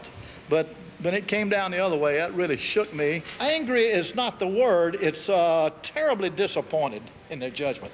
Terribly disappointed. Cannot understand why you would do such a thing. Obviously talking about the loss of Warwick. Coles is out and gone for good. 31-21 the final. Penn State, Iowa, 31-7 the Nittany Lions. Eddie Drummond had a 68-yard touchdown run. Joe Pa looking for some help from Rashard Casey, and why not? just take it in. You know, you got a great combination, two quarterbacks, one that can throw it out of the pocket and one that can run it. And the Nittany Lions have a stable at the tailback position. No question. They got 3 quality runners back here. This guy, perhaps chief among them, the best one in the group. That's Eric McCoo going the distance here, 47 yards for the touchdown, Timmy, as he hits pay dirt. Penn State now 7-0 at Iowa as they roll 31-7 to score. 34-31 Michigan State in a big one. There'll be a shakeup in the top 5. Plaxico Burress has become big time. 10 catches, a school record 256 yards. Bill Burke goes to him. He had 390 yards, a school record in the air. And the A-Train trying to keep the Wolverines in it. And oh, by the way, just in case you were wondering, this touchdown run by Dewan Moss, talk about effort. Look at that. And this is an offense that's being run by Morris Watts, the offensive coordinator formerly of LSU, averaging 35 points per game. They get 34 today. North Carolina, Georgia Tech at halftime. The Tar Heels, a major surprise for Carl Torbush. 13-7, they lead Georgia Tech. And, of course, Ronald Curry out with a right ankle injury. K-State on Kansas 50-9. Wake up the echoes of Michael Bishop. Look at this. A couple of things here. Great blitz pickup by that Wildcat offensive line. Then Jonathan Beasley, like you said, looking like Michael Bishop, hooking up there. Quincy Morgan for big yardage. That's 88-yard Wildcat score. That put him up early. Oh, that would be in the Sunflower State showdown, Spencer. Jonathan Beasley, 2 touchdown passes, 3 running, putting on a show. And who thought Kansas State would be in the top 10 and unbeaten at this point coming into the season? Baylor and Texas A&M. The Aggies, Randy McCown, their quarterback, has 3 touchdown passes in this game. Kevin Steele taking it on the chin for the 5th time this year, the new Baylor head coach. Mississippi State and Auburn, most beautiful village on the plains. Couple of agriculture schools getting down and dirty with it. 16-10 at one point. Auburn trying to hold on to a lead in the last minute. Damon Duval will take the safety for Tommy Tuberville. They want better field position, but give Matt Wyatt credit. The senior backup from Pratt, Alabama, brings his team back. And this touchdown pass to Matt Butler out of Tara High School in Baton Rouge makes it 18-16. And now in the driver's seat in the West, Mississippi State, remember, no Georgia, no Florida, no Tennessee on their schedule. Their biggest game left is against Alabama. In the Big Ten, Purdue and Ohio State at halftime. The Boilers and Drew Brees trying to make something happen. 13-7 over the Buckeyes at the Old Horseshoe. Southern Miss and East Carolina, 19-15 in the second quarter. Southern Miss is 10-1 at ECU. And remember this, if the Pirates win this game, in all likelihood, they'll go unbeaten into the month of November. Elsewhere, Wisconsin and Minnesota, 20-17. It goes into overtime. And Spencer, Glenn Mason has to be proud of the way his team played against Ron Dane. Yeah, he should be. And after Ron makes that touchdown there, you're going to look at the assistant head coach, John Palermo. He's helping out Barry Alvarez, who's laid up awaiting knee replacement surgery. Here, Billy Cockerham leads Minnesota. Saw it. He connects on his running back, Thomas Hamner, for a 48-yard as the big Ron Dane looks on there. Then after exchanging field goals the second half, Badgers, Golden Gophers go to overtime with Wisconsin kicker finally puts this thing away, 31-yard field goal. That would be Vitaly Pasetsky, who does not play for the Rangers in the NHL. Tulane and Ole Miss, 20-10 in the fourth quarter. The Rebels, remember, it's a sandwich game for them. They get Alabama inside the Southeastern Conference next week. Coming up, we'll continue our look at today's action when the AXA halftime report continues. Already in this ball game, it's been Doug Johnson who's been able to find those experienced wide receivers with speed and quickness. This one to Alex Willis down on the bayou. Guess what? There's a lot more football tomorrow with an NFL doubleheader on CBS in the early games. Many of you will see undefeated New England take on Kansas City. Then later, most will see an AFC East battle between the Dolphins and the Colts.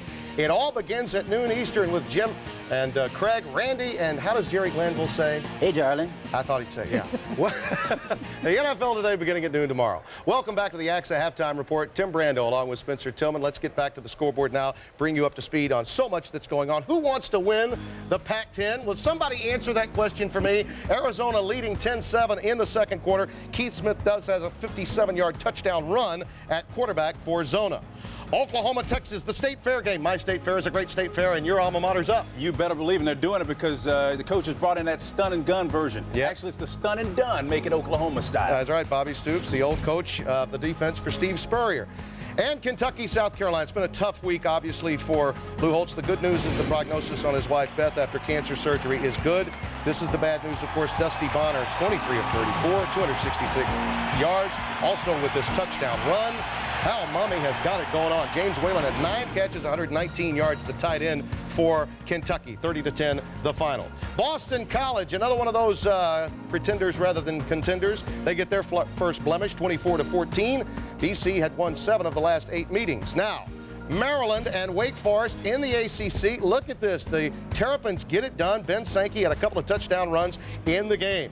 Arizona State and Notre Dame, the Fighting Irish, laying it on good against the Sun Devils. Again, one of the bigger disappointments out west. Jarius Jackson, 3 touchdown passes.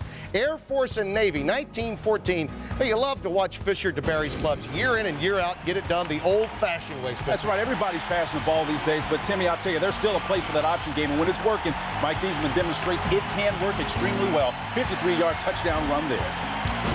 So, 19-14, the Fighting Falcons have the lead. All right, so it's 24-3, and obviously you have to wonder, what can Josh Booty do when they don't have a running game to augment the pass? Well, the first thing he can't do is make mistakes. Throw interceptions, that's the key. The conditions will not allow you to recover quickly under the situation. Josh Booty needs to play within himself, make some plays to get this team back in this contest. You really have to wonder what might happen with Jerry DiNardo if this team continues its slide. They're 2-3, and you look at the remainder of that schedule, it will be most difficult indeed.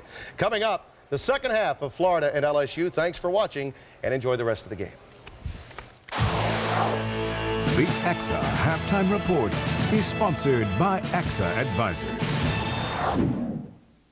The Steelers collide with Flutie and the Bills. Or Bledsoe and the Pats fire it up against the Chiefs. Then Marino meets Manning. A doubleheader on CBS. Back in Baton Rouge, where the steady rain continues to fall. At halftime, Florida leads LSU 24-3. Monday on CBS. Ray's guilty of letting sports get in the way of, well, you know. But is that his only problem? Ray's little secret is out, and everyone's going to know. You will too on an all-new Everybody Loves Raymond Monday right here on CBS. Some big problems as well for LSU in the first half. First play from scrimmage of the game, Doug Johnson finds Darrell Jackson. 73 yards all the way to the 7-yard line. That set up the first touchdown. Bo Carroll returned to kick off 100 yards for a Florida touchdown. And Alex Willis, the finishing touches on the half with a 27-yard touchdown pass from Doug Johnson. 24-3, Florida. The break. We'll be back with the second half kickoff right after this.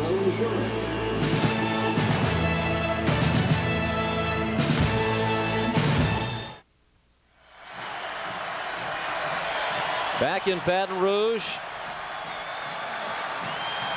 And as you can see, the rain hasn't let up one bit. The Gators probably won't let up at all on LSU either.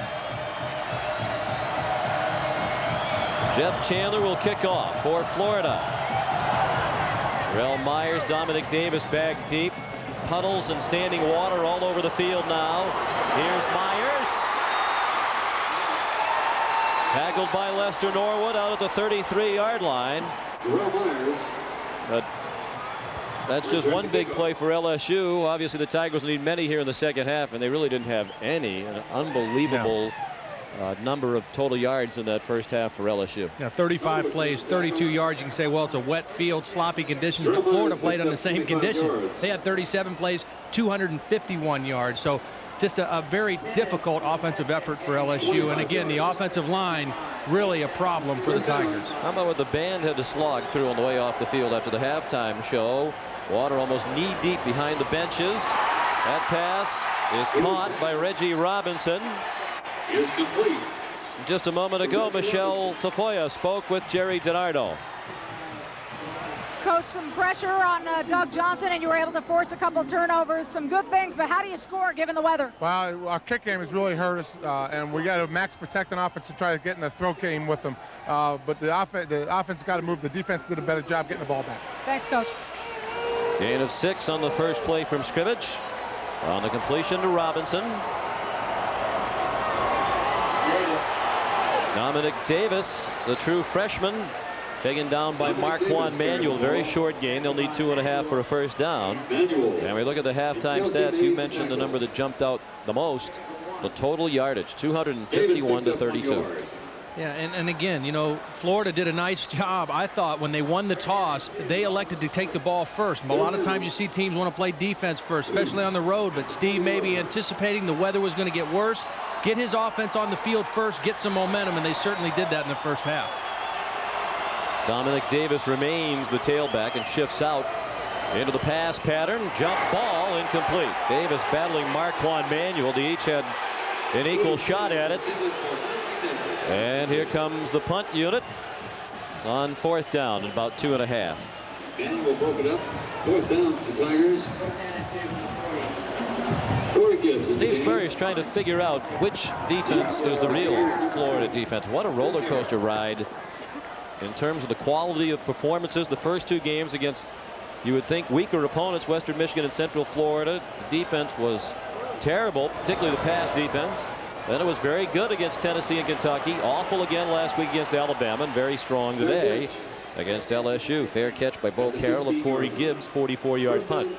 Well, I think the true deal with this defense is they are not a very good pass defense, particularly when they can't get pressure on the quarterback.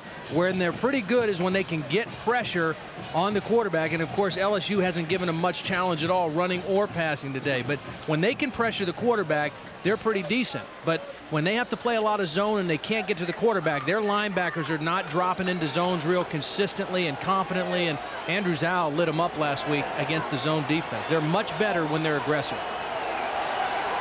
Bo Carroll and Rob Roberts in the I formation. Carroll the tailback, Alex Willis the motion man on 1st and 10. A linebacker blitz. Smith ran by the play. Bo Carroll has a first down. Taken out of bounds by Ryan Clark. Here's Michelle Tafoya after that gain of 15. Well, as you guys have been talking about, Florida fans have been quick to blame first-year defensive coordinator John Hope for the Gators' woes. But Steve Spurrier points out that 3 of 4 defensive coaches have been at Florida a while. So, says Spurrier, it's not just John Hope's defense, it's all of these guys. But he adds, it's going to be mine now. It's mine for the rest of the season. Sean, Todd? And that doesn't mean he's taking over control of the defense from John Hope. He just means that he is going to occasionally drop in on meetings, as he did this week. And he didn't have a lot of input. He made the one point that you made, Todd. He wanted the defense to go back to being more aggressive, more attacking. He said we sat around in a soft zone almost the whole game against Alabama, and they killed us. Let's go back to pressuring the quarterback.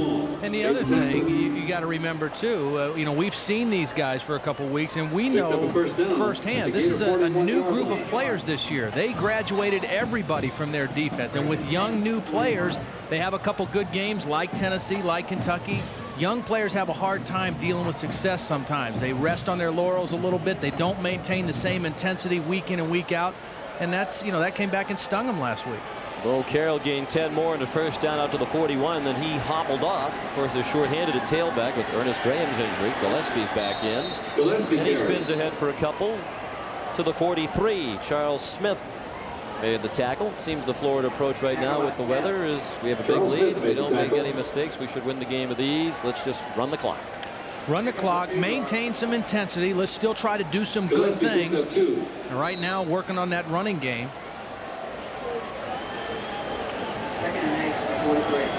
Again, it is impressive, and you mentioned at the top of the broadcast, I mean, Florida playing without their best receiver, without their #1 running back, and without their most experienced offensive lineman, Ryan Kalick, who got hurt in practice this week. Gillespie slides to the 48-yard line where Johnny Mitchell made the tackle.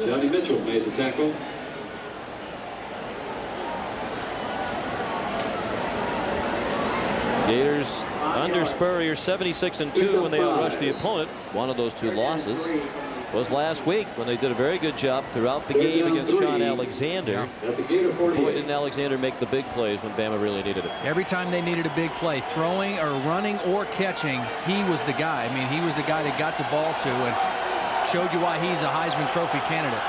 Andrew Zhao passed for 336 last week. Then had 447 yards of offense. Darrell Jackson took the handoff. And he is short of a first down, it appears, just across midfield. Looks like he's short by less than a yard. And it's going to bring up 4th down. Sean, we got here on Thursday, and it's been raining ever since we've been here. Not this hard all the time, but can you imagine what this field would have been like if they wouldn't have had the tarp on it for the last couple of days? They had it covered for 2 days. I've never seen so much rain in a 3-day period as we've seen here. It has rained almost nonstop, and for much of that time over the last couple of days, rain just like this. Part of that tropical depression, we're told, it was lingering out over the Gulf. Allen Ryan punts. And the fair catch made by Dominic Davis at the 10. A 40-yard punt. LSU back on offense with 10:26 remaining in the 3rd, down by 21.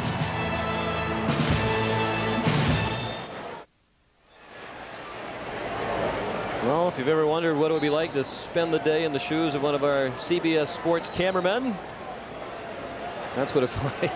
Skip Shackelford slogging through the puddles along the sideline. We appreciate his great work every week, and that of our entire crew braving the elements here today. Dominic Davis out to the 11-yard line. Keith Kelsey and Mark Waddell. Having fun?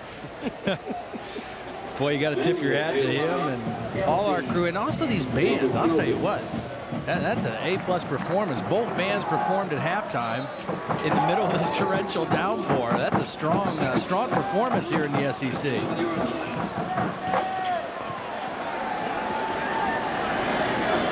you give him that hat? No, I did not. Here's Frank Lombardo making a fashion statement. Throw from Booty, incomplete. Looking for Jarrell Myers. Robert Cromartie had the coverage, and Thaddeus Bullard had Booty after the throw. The Aflac trivia question. The last team to win the national championship with a loss. Think about it. We'll give you the answer in a few moments.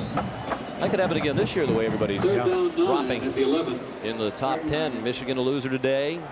Your school still undefeated, but they've had a couple of close calls. The home game against Pitt, the game at Miami. Yeah, they're not a dominant looking team. In fact, I thought up to this point the most dominant looking team was starting to look like Michigan, and they went up to East Lansing, and boy, the Spartans played a great game today. Middle screen, Dominic Davis gets a good block from the wide receiver Reggie Robinson, and gets the first down. And these hardy souls who remain in the stands applaud that effort by the Tigers. What would you guess? About half the fans are still here, and with the weather such as it is and the score such as it is, about half of them have departed. A lot of brave souls here, seeing if the Tigers can muster anything offensively. They turn to another freshman, Dominic Davis. Good balance, good second effort, fighting for the first down. May have got a favorable spot there. Looked like his knee may have touched down before he reached that ball out, but good effort anyway. And with these conditions now, the dive, we have to factor in the degree of difficulty before we can make the spot on the play. Booty hit as he throws, and it's still caught by Jarrell Myers in the swamp, formerly known as the 39-yard line. A gain of 18 on the completion. Again, when the weather is bad, you can still throw the football if the ball is somewhat dry before the snap, because the receiver has a great advantage of turning, running downfield, and running forward. You see Miles is there, and as Alexander tried to stop, he had no chance to keep his balance. Josh Booty this time kept his feet under him. Took a big shot by Gerard Warren at the end of the play, but a nice throw with a wet football. Now 9 out of 20 is Booty. 1st and 10. He throws, caught again. Short gain for Reggie Robinson. Robert Cromartie closed quickly and made the tackle. And again, Booty got sent to the soggy turf by Gerard Warren. He's well acquainted with number 61. You know, Gerard Warren didn't really show up last week against Alabama the way they needed him to, but he sure has played well tonight. Right in there, and he's playing right in between the center and guard, and he's so quick off the football. Even when they try to put two bodies on him, he's beating them to the spot, and he's creating a lot of problems for Josh Booty. And as a quarterback, the worst place to get pressure is right up in there in your face. On 2nd down, they pitch it to Dominic Davis. Out of bounds across midfield at the 47-yard line of Florida.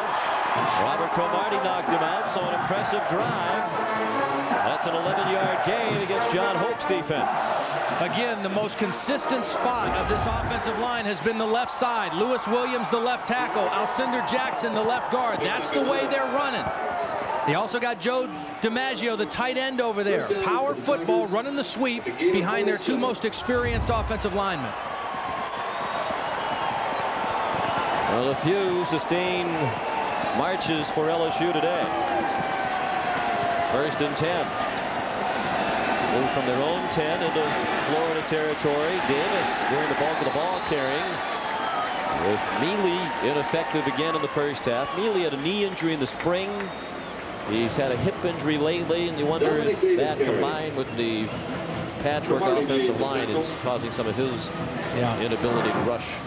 It's a tough situation for him. You know, I mean, he played behind Kevin Falk for 3 years. He was very productive as a backup. Now this is his year. This is his chance to shine, and the offensive line has just gotten destroyed here in the first 4 weeks of the season. So a very tough situation for the senior Rondell Mealy, and now Dominic Davis, a true freshman, getting his reps. And getting a call again, and Andre Davis was there to meet him with help from Mike Nattiel. Short gain on 2nd down, perhaps a half yard, and that's it. Ball the 41-yard line with under 7 minutes remaining now in the 3rd quarter. You know, Josh Booty is going to have a lot of better days here in Tiger Stadium before his career is done. There's no question about it. But any quarterback that's worth his salt has to go through some games like this. I mean, you've got to play in some games where things don't go exactly your way, where you get knocked around. It makes you all that much better down the road. The more you can see, the more you can experience, the better off you'll be. Play clock at 3 as Booty took the snap. He rolls right and throws. Up for grabs, incomplete. Robert Royal trying to corral it, but Benny Alexander was right there with him. 4th down, and the crowd wants Jerry DiNardo to go for it. Why not? This is really a nice play by Benny Alexander. Here's Alexander right here. Watch him go against a much bigger man in Robert Royal. Royal is 6'5", Benny Alexander 5'10". Watch him get around the bigger body and get his hand on the football. Nice play by Benny Alexander. DiNardo's had success on 4th down this season. They're 5 out of 7. Moody burns a timeout.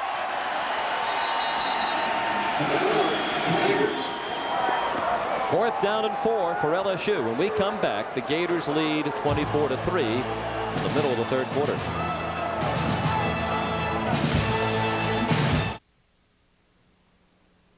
The Home Depot College Football on CBS is sponsored by the Home Depot,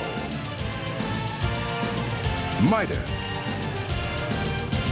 Suzuki, and by Sun America.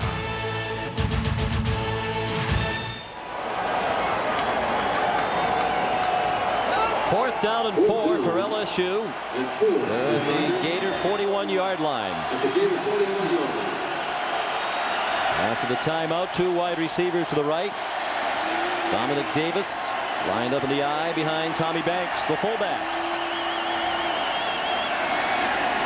Booty throws, intercepted by Marquand Manuel. Abram Booty, the intended receiver, and Florida takes over. Actually, if Manuel had the presence of mind to knock that down, they would have had 8 yards of better field position. LSU elected to go with max pass protection. It's a 2-man route. There's only 2 receivers in the route, and there were just more defenders for Florida over there. You can see Alexander's in behind, and Manuel comes in front of the coverage. Too many defenders to make that play work. First down at 34-yard line. And now they take over at the 34, and Bo Carroll running wide, and he lost the football. Oh, Steve Spurrier's going to be irate. They just can't make them go away, Sean. If they can't protect the football, they can't close this game out.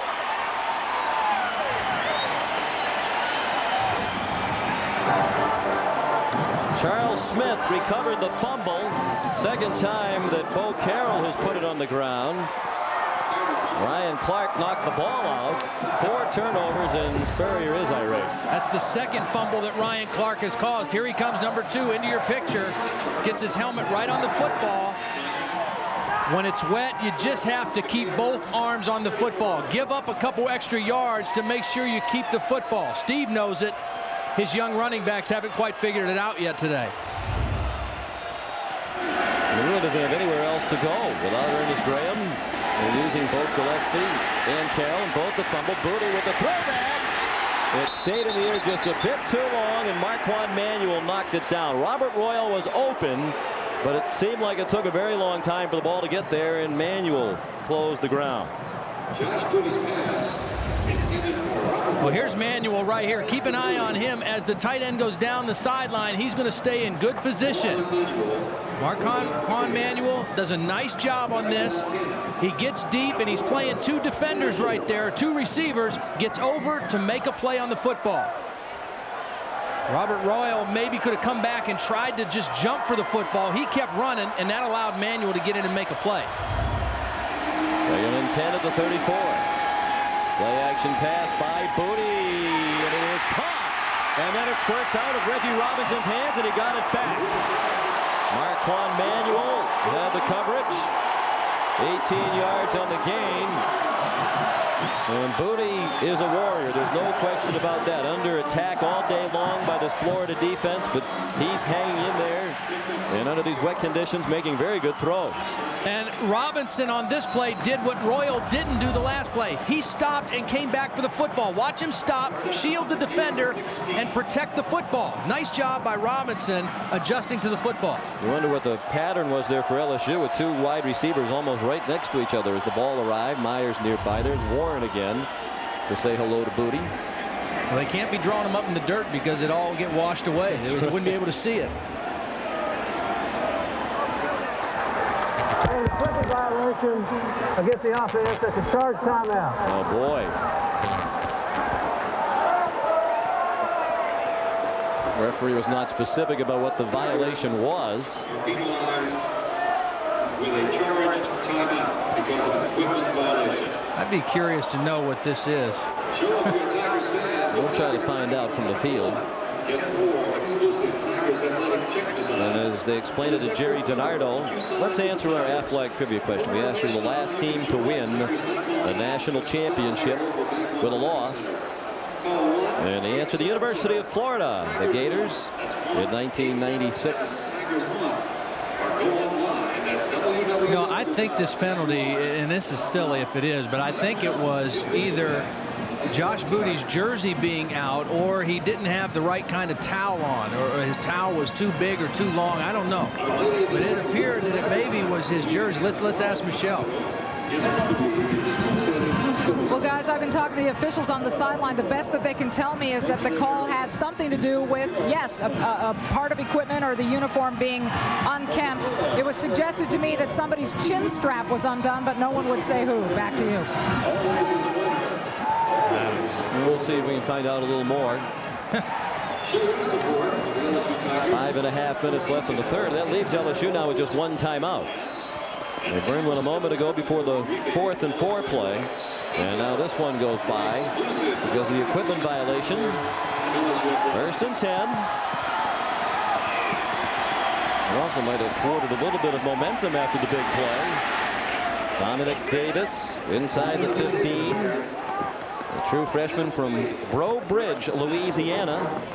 Bob McConnell, the offensive coordinator, said yesterday he's the future in this program, and they've had some great backs here in recent years. Mealy right now, as you said, Kevin Falk and Cecil Collins. They have a history of great running backs over the many years of this football program. And much like Kevin Falk, he's leading the team in all-purpose yards, their top return guy, as well as the backup tailback. 7 carries, 20 yards for Dominic Davis. He rushed for over 100 yards, 109 in the route of North Texas. He's down to the 11-yard line, and Michelle's done a little more detective work down there. Michelle? Well, you know, you should always trust Todd when it comes to quarterback stuff like this. He was correct in the first place. It was Josh Booty's towel that they didn't approve of. For some reason, it was, like you said, too long and just not right, so he had to go to the sideline, and that's what that call was a few minutes ago, guys. I don't get it. I don't get some of the rules that we have in college football, but I mean, if you're playing in a torrential downpour, you're doing anything you can to keep your hands as dry as possible, and you got to have a certain size towel. Two tight ends. On third down, they slam the running play into the line. That was third down and 5. It looked like a play designed to get 1 or 2. That's what Davis got. He got to the 10, and that's it when he ran into Thomas Moody. Backup nose tackle. So fourth down, it seems likely Jerry DiNardo's going to go for it again.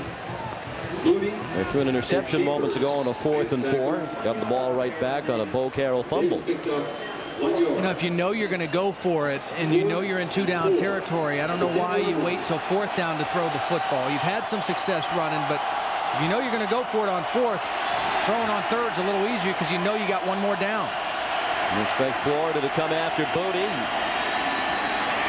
He throws the end zone, and it is caught for a touchdown by Robert Royal.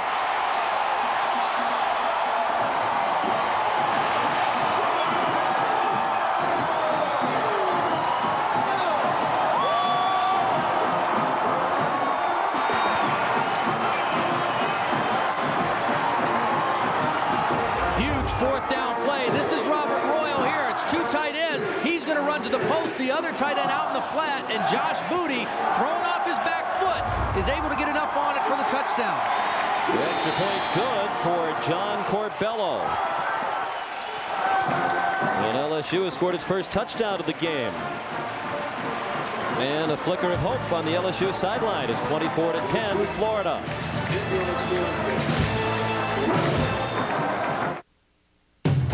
And now a look at this week's Suzuki Heisman Watch Update.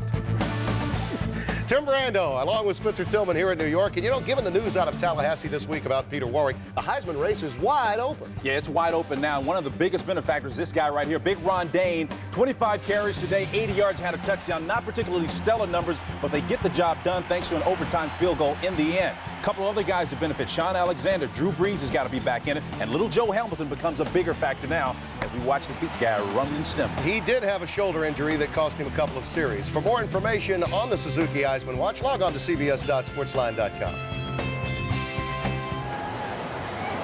Well, the LSU football team having a little more fun in the rain, and the cheerleaders are as well. Trying out for the diving team in those huge puddles along the sideline. Dad saw that, he'd say, send you to school, buy you books, and you eat the covers. Danny Boyd kicks off. Finally rolls to a stop right in front of Bo Carroll. He's already returned one for a touchdown today. Burst through a seam, and his ankle tackled just across the 30-yard line. And he patted Lionel Thomas on the helmet because he knew if that tackle wasn't made, it was off to the races. Another look at the touchdown. You see Josh Booty, very lucky he got enough on that ball because he threw it off his back foot, and Robert Royal was able to get his elbows down underneath the football. That's a great job on a very sloppy field by Robert Royal getting in position to make that catch. Well, the turnovers by Florida, costly again today.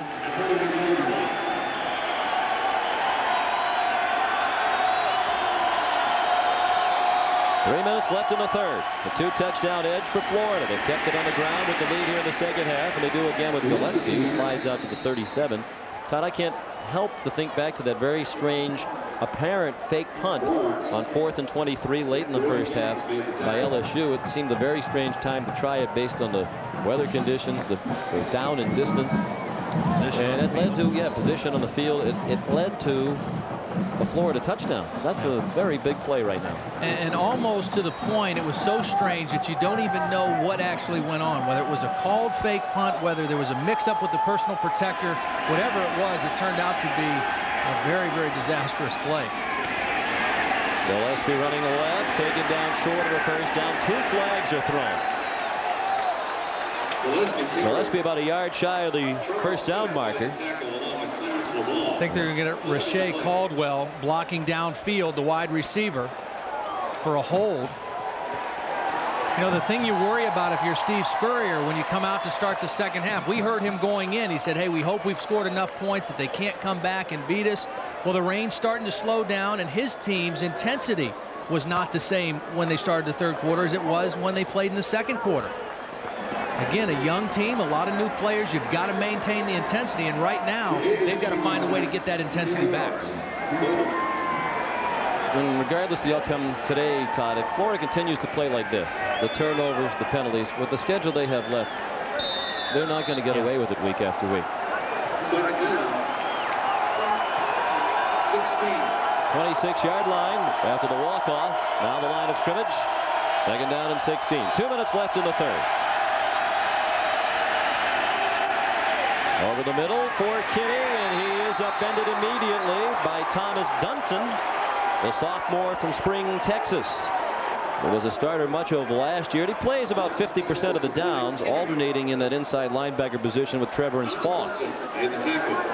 The reason he's in there is because he's better at knowing the schemes and getting them in the right positions and reading and recognizing things quicker because he has the experience. That time he found the tight end quickly, Aaron Kinney, and made the good tackle for the short gain. 3rd down now and 14.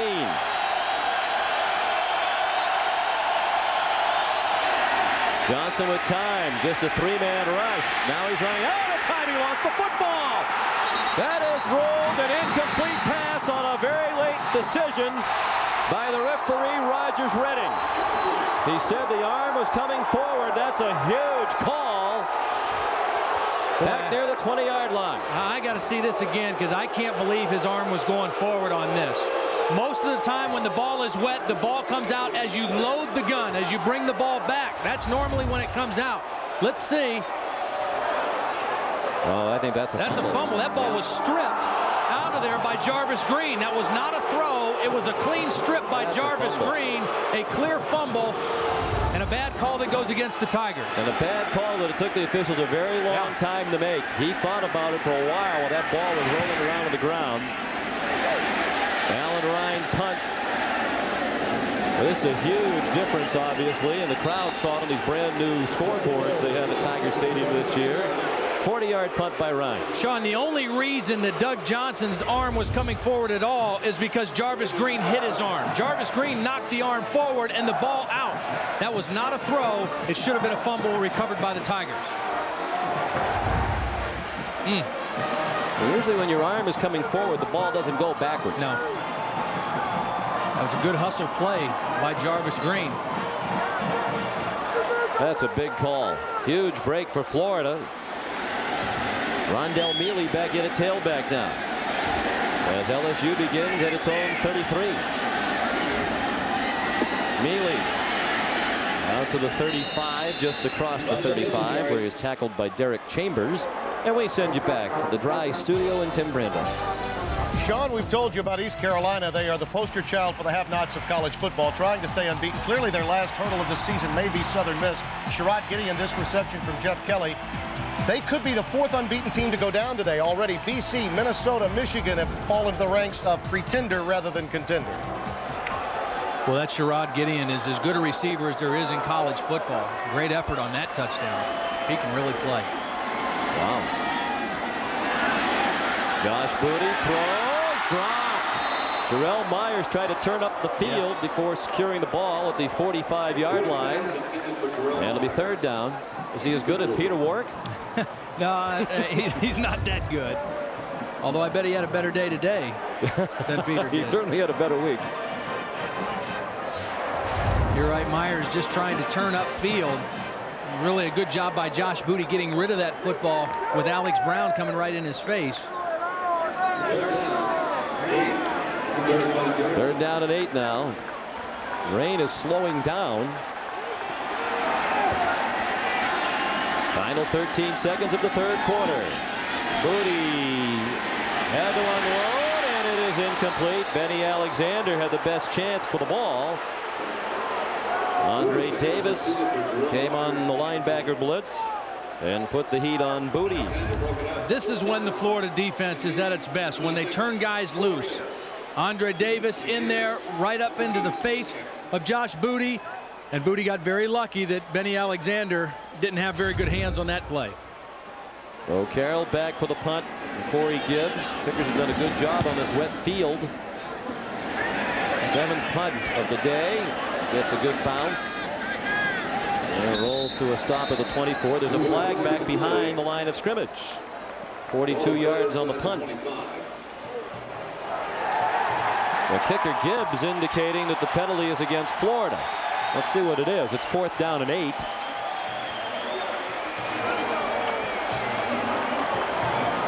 Lawson Holland, the special teams coach for Florida, said after last week's game against Alabama that he was sick all of Saturday night because of the miscues on special teams that were very costly in the game. There's Lawson. He doesn't look much healthier right now.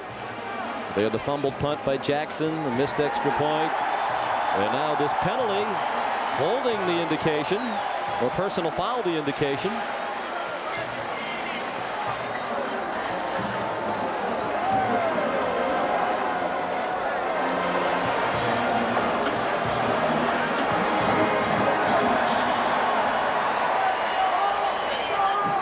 It'll take you a long time to sort this one out, too. Foul against the defense with a hand to the face. 15-yard penalty from the previous spot. First down. We will extend the quarter.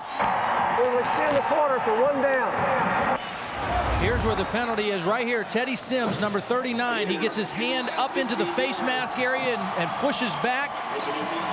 It's a good call. Another costly penalty against the Gators. And they move the ball out to midfield. And the quarter had expired, but they're going to run one more play because of the penalty with no time on the clock. Another snap on offense from the 50-yard line for LSU, down by 2 touchdowns. Weird how things like this even out, though. They get the bad call on the fumble, and then they on get LSU, the I don't think I'm even yet. That was a good call against Florida. That was clearly hands to the face. You're right. Booty throws. Jarrell Myers the catch. Short of a first down, but a good gain on first down for LSU to the 43-yard line. Andre Davis and Robert Cromartie made the tackle, and that, we believe, is the end of the third quarter. With the score, Florida 24 and LSU 10. Will return to Tiger Stadium right after this message and a word from your local station.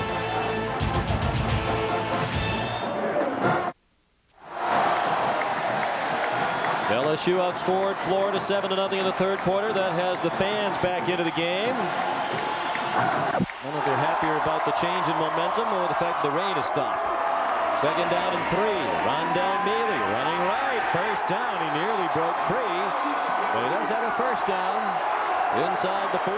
Sean McDonough with Todd Blackledge. And Florida with the big lead. Todd very conservative in that third quarter, but you get the sense that LSU stabilized some of its problems too. Well, I think the biggest key in that third quarter, the LSU offensive line played much better than it did at any point in the first half. 23 plays for LSU in the third quarter, only 9 plays for Florida. So that the offensive line starting to play a little bit better, giving Josh Booty a little more time.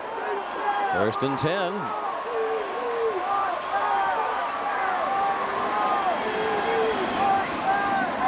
Mealy hit by Gerard Warren. He is having an incredible game. Tomorrow on the NFL Today, join Jim, Craig, Randy, and Jerry for all the latest NFL news. Plus Marcus Allen looks at the terrific trio of the Indianapolis Colts, Peyton Manning, Marvin Harrison, and Edgerrin James. And Jerry visits with the Law and Order defensive backs of the New England Patriots. It's all coming up tomorrow at noon Eastern on the NFL Today. And for all the scores and highlights, stay with the guys for the NASDAQ halftime report.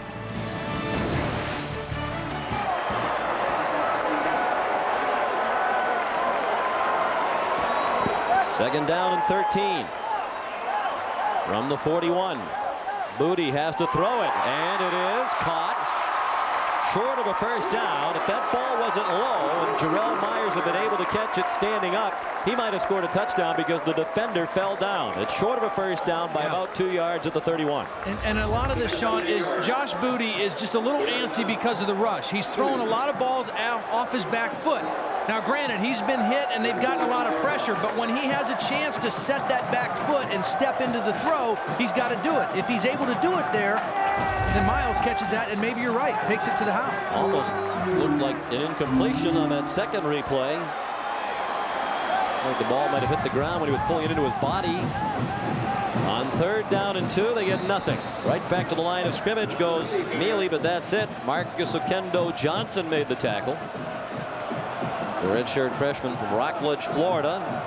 What are the numbers for Josh Booty? And they're going to go for it on 4th down and 2.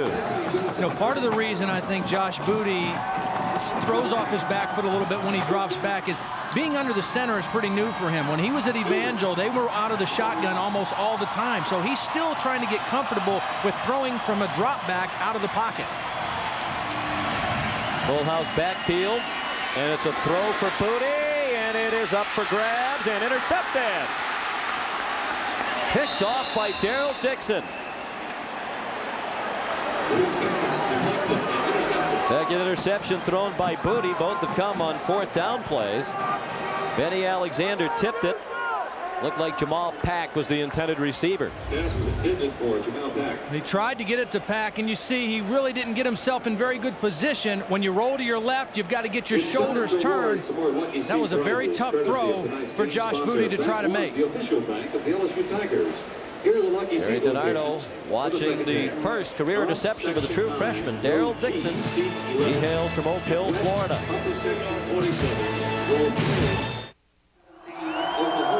After the interception by Dixon, Florida takes over 1st and 10 at its own 20. Florida's not scored here in the second half. Here's Gillespie. Up the middle, showing his strength. Just 5'9", 185 pounds. We saw on the way to the commercial break the reaction of Steve Spurrier with John Hope, the defensive coordinator, right behind him to this interception. And I think part of it might be, Todd, that both interceptions for Florida today have come on 4th down when they would have been better field position had the ball just been knocked down by the DB. But how many DBs have you ever met that are going to knock one down like that? They all want that interception. But yeah, you're right. I think that's what he's upset about. You're costing us 10, 15, 20 yards just by making that catch. And of course, Dixon did have a running lane there, and his answer might have been, well, what if I return it for a touchdown? Then was it a good play? Gillespie.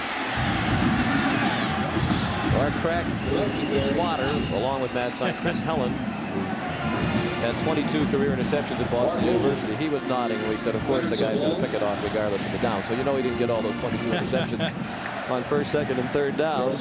12-yard gain for Gillespie and a 1st down. Look at the SEC scoreboard. Georgia and Tennessee in that big battle in Knoxville tonight. Kentucky goes to 4-2 overall. Lou Holtz's team still struggling. Mississippi State, the last second win. Ole Miss out of the conference, beat Tulane after trailing early. And Vandy destroyed the Citadel.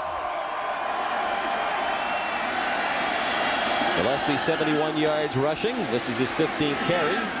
Boy, he's really protecting the football now, too. Both arms on the football when he goes around those LSU bodies. Well, I think very either conscious. he or Carroll fumble again. They're going to find out how long the walk is from Baton Rouge to Gainesville. Yeah. Neither one of them get on the bus or plane. You know, that's such a hard thing, too, because it's one of those deals, too, that when you fumble a couple times, it can get in your head, and sometimes yelling at a player or getting upset with them on the sideline even makes it worse, because then they're thinking about it too much. But it's certainly something that they will work on next week, no question.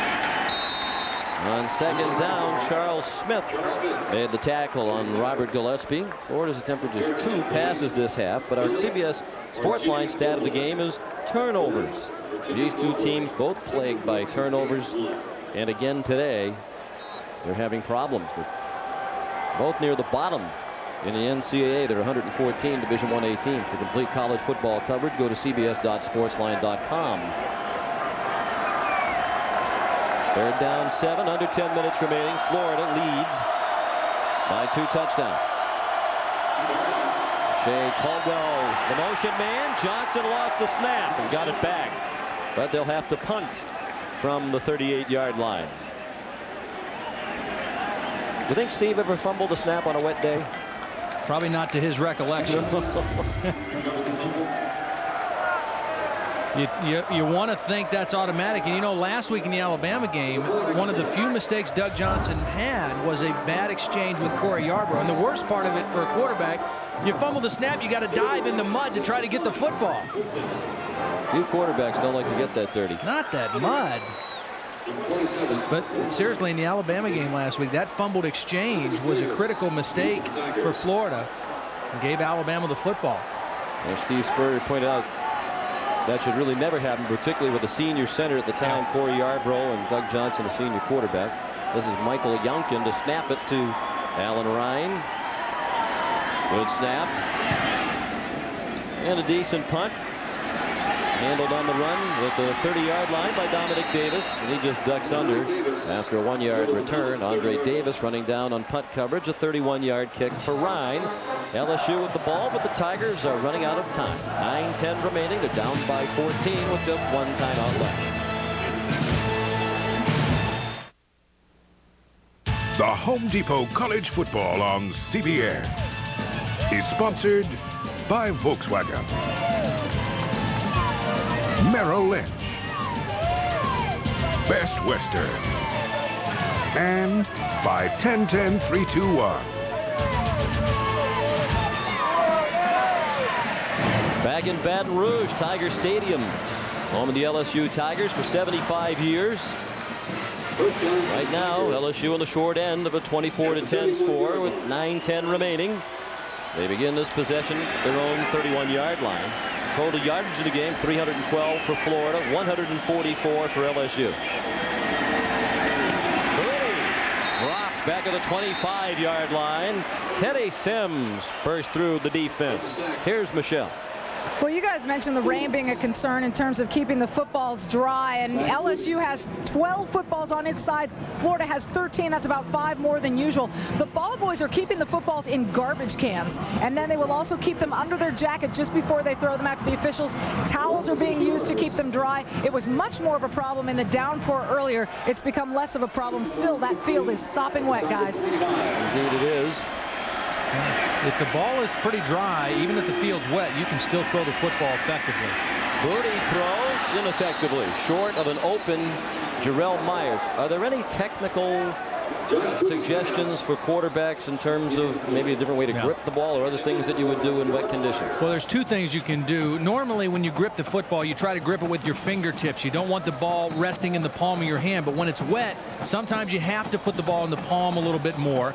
And the other thing that you can do is you got to keep that left hand, your guide hand, on the football a little bit longer. Make sure you have the ball secure before you make the throw. Those are 2 things that you kind of have to be attentive to when the ball's wet.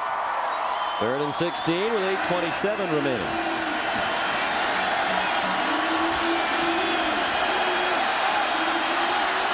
Play clock had almost expired. It had expired. Crowd irate that Booty took another hit from Gerard Warren and Thaddeus Bullard, and now the combatants need to be separated. Warren and Bullard didn't know that the play had been stopped. And the officials, in all candor, are a little slow on making the call.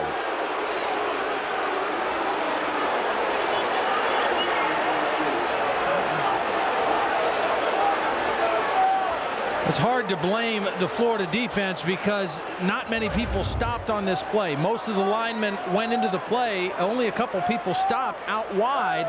The linemen were still into their blocks. You can't hear the whistle. Oh, boy. As if Josh Booty needed one more hit from Gerard Warren.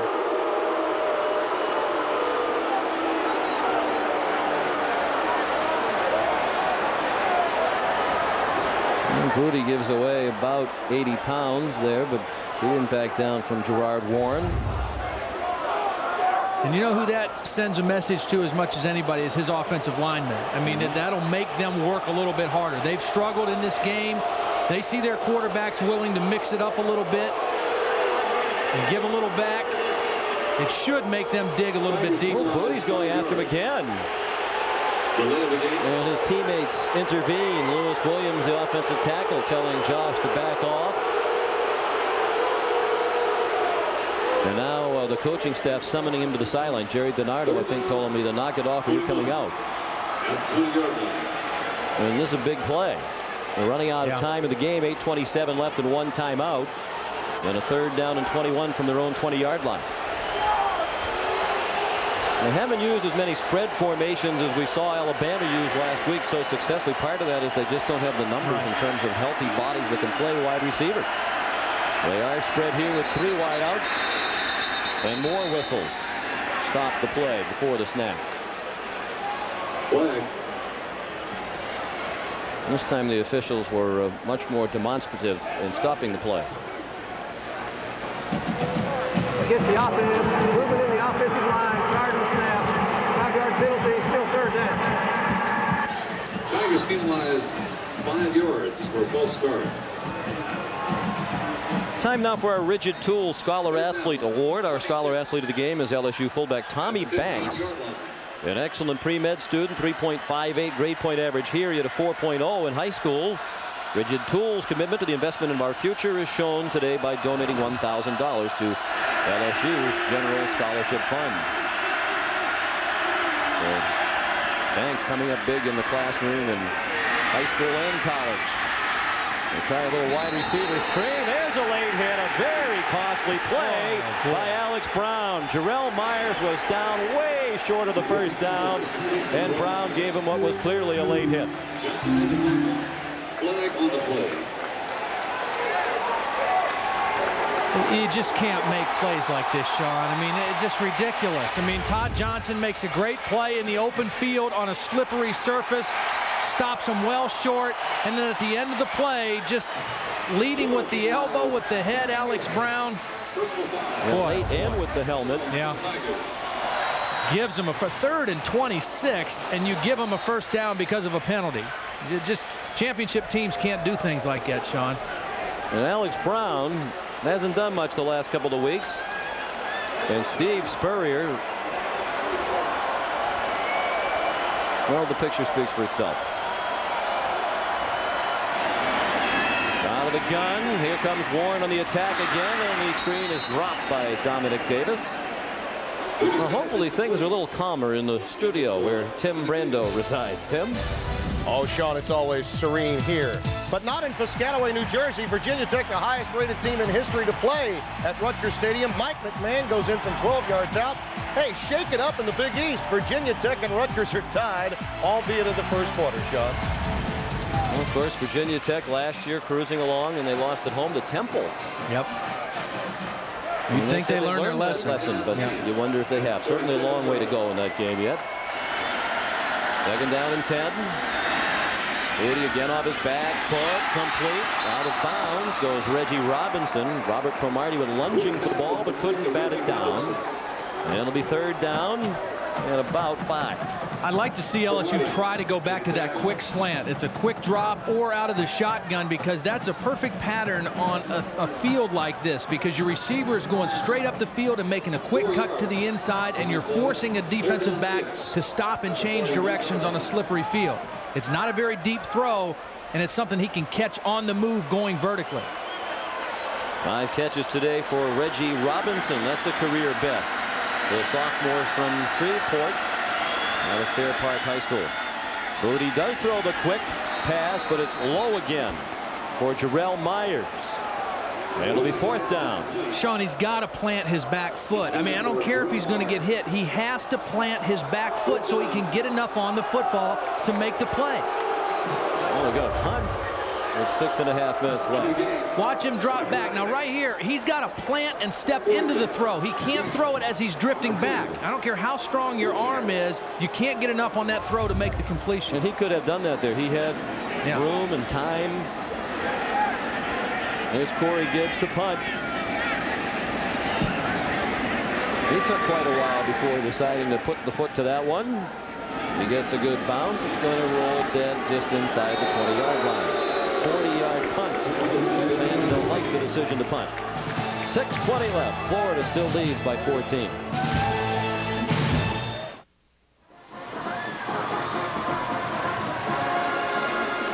(24-10) Florida in the 4th quarter. We might be seeing the Gators again next week at Auburn, or you'll see the game between Alabama and Ole Miss in Oxford. That decision will be announced on Monday. Game time 3:30 next Saturday, and it all begins with Volkswagen's college football today at 3 with Tim Brando and Spencer Tillman. Dudes look good there in that promo. Johnson, a rare second-half pass. He throws through the hands of Darrell Jackson. He was wide open, but couldn't corral it. Well, we saw Alex Brown get an earful from Steve Spurrier. for that late hit a moment ago. And he also got it from his position coach, Rod Broadway. Alex is a young and very talented player, Sean, and he just has to learn how to bridle that intensity and his emotion and play within the rules and between the whistles. I mean, he's leading this team in big plays. He's made more big plays defensively than anybody else they have, but he's got to be smart too. Quick pass, and they're there for Rashawn Caldwell out of the corner. Lionel Thomas made the tackle. Now, Brown got a lot of hype after that Tennessee game, deservedly so. 5 sacks, an incredible game all over the field. But where's he been in the other games? Yeah. People are trying to say he's the best pass rusher in college football today. Well, I'd like to see him improve over a little bit of a longer period of time before he is anointed. You know, and they wanted to compare him to Corey Moore from Virginia Tech, and one of the biggest difference, I've watched Corey Moore for his whole career, and he plays every single play. He has a motor that never slows down. Alex has to learn to play every play too. Johnson throws, intercepted by Clarence LeBlanc. Flag down on the play.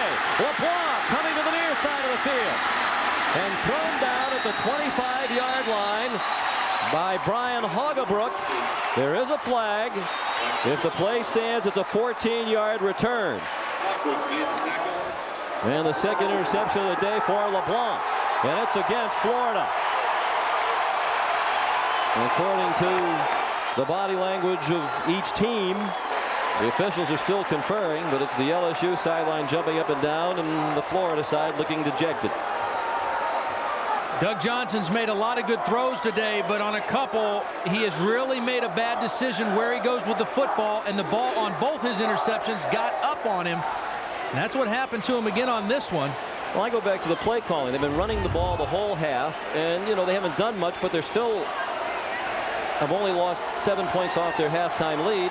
Now, when you think they'd want to kill the clock with 6 minutes to go and 1 timeout to LSU, they come out throwing on every down. Yeah, you know, again, they're trying to find their intensity again, and I guess, Steve, thinking our best thing is to throw the football. We lost our intensity. Our backs aren't holding on to the football. Doug Johnson, already frustrated by the interception, also frustrated for getting roughed up at the end of the play.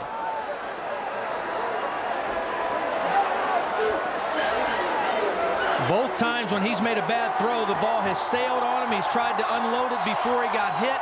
And both times, LeBlanc comes up with the play.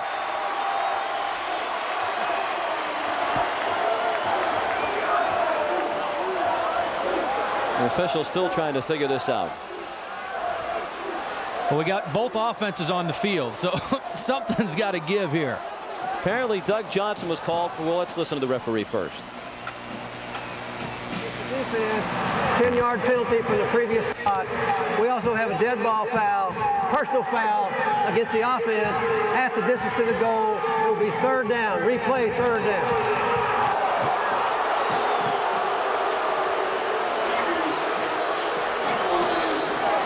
Replay the down? We had one penalty that was not a dead ball penalty and one that was a dead ball. Defensive holding on LSU. But that was during the return. No, it must have been during the play. Must not have been during the return. Must have been as a receiver was going downfield. Well, another break for Florida. 3rd down and 15. They do go back to the run, and Gillespie is stopped at the 20. You're right, Sean. I mean, 2 plays field position-wise where LSU looked like they were going to get the ball deep in Florida territory. The interception there by LeBlanc, the fumble caused by Jarvis Green that was ruled an incomplete pass. Now, Florida gets the opportunity to punt again and at least make LSU go the longer field. Terry DiNardo wants clarification on that 2 penalty situation a moment ago from the officials. Well, the flag was down early. I think the flag was down just as LeBlanc made the interception, so apparently it was on a hold before the change of possession. There's Dominic Davis at his own 45-yard line. They come after the punt, and Ryan got it off. Short, wobbly, tough to catch, but Davis did a good job, made a fair catch. The Florida player slid into him, but I think that'll be forgiven under the circumstances. 31-yard punt and good field position for LSU with 4:22 left. Just one timeout. Go back to that timeout they lost in the equipment violation earlier in this half. And they burned one on the 4th down.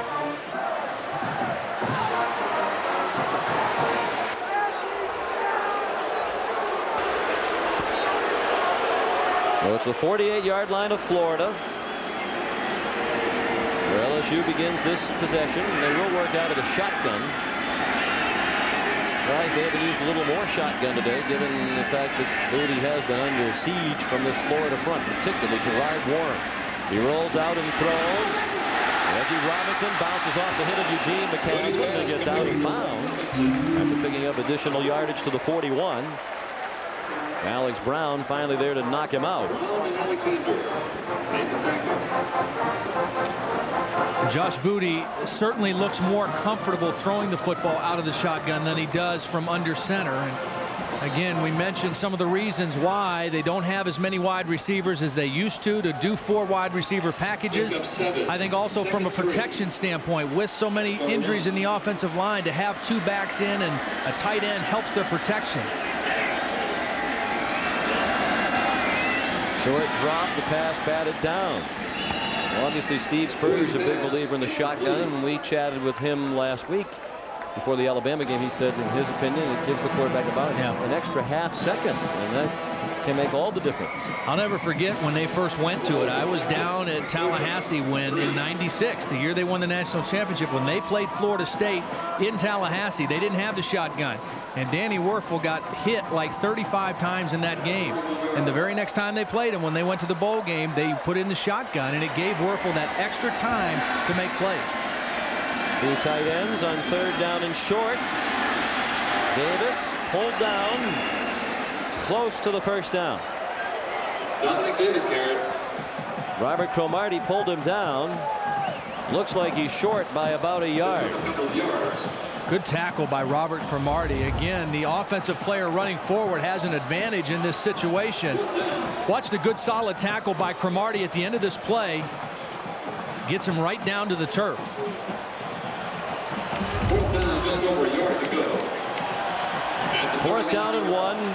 LSU just 1 for 4 on 4th downs today.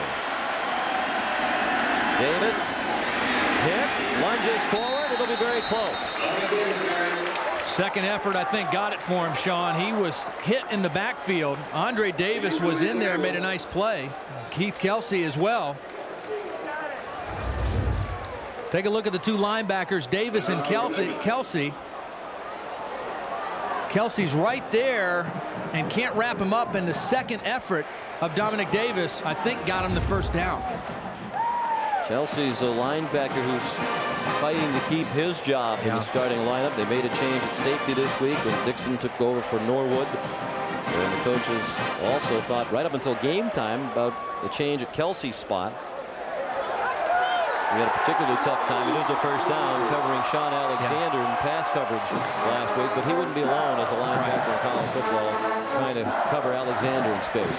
He's a pretty physical guy and has done a good job against the run in the Gator defense, but he's gotten lost a little bit in pass coverage and not real disciplined all the time in his zone drops, and that's why they contemplated the switch today.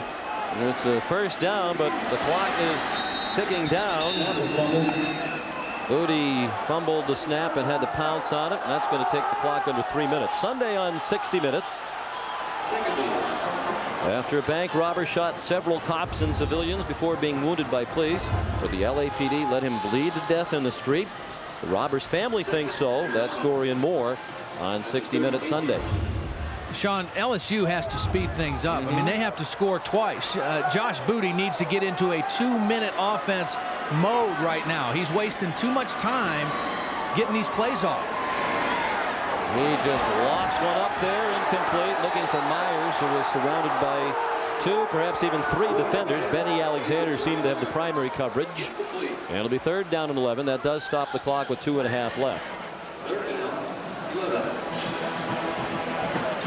2.5 minutes. I mean, when the clock stops on an incomplete pass or when you get the ball out of bounds, that's fine. Take your time. But when that clock is running, when the ball's in play, you need to get your team up to the line of scrimmage and get them into a hurry-up mentality. And that starts with the quarterback. He has to set that tempo.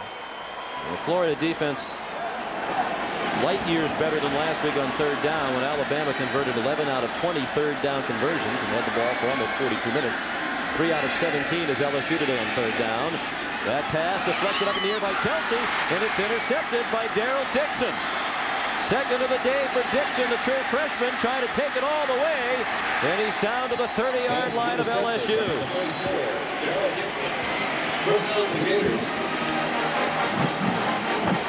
Well, good job for Keith Kelsey. We said the reason that they considered moving him out of there was he wasn't doing a very good job in his zone drops.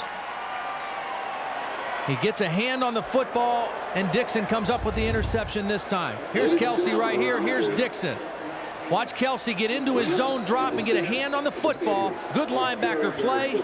And the freshman Daryl Dixon, making his first start, gets the interception. And the steps are very simple. 50-yard return. Then after Booty got into a Cheston Blackshear, an offensive lineman who was coming onto the field. 50-yard interception return. First down, Gators. Frustrating day for Josh Booty.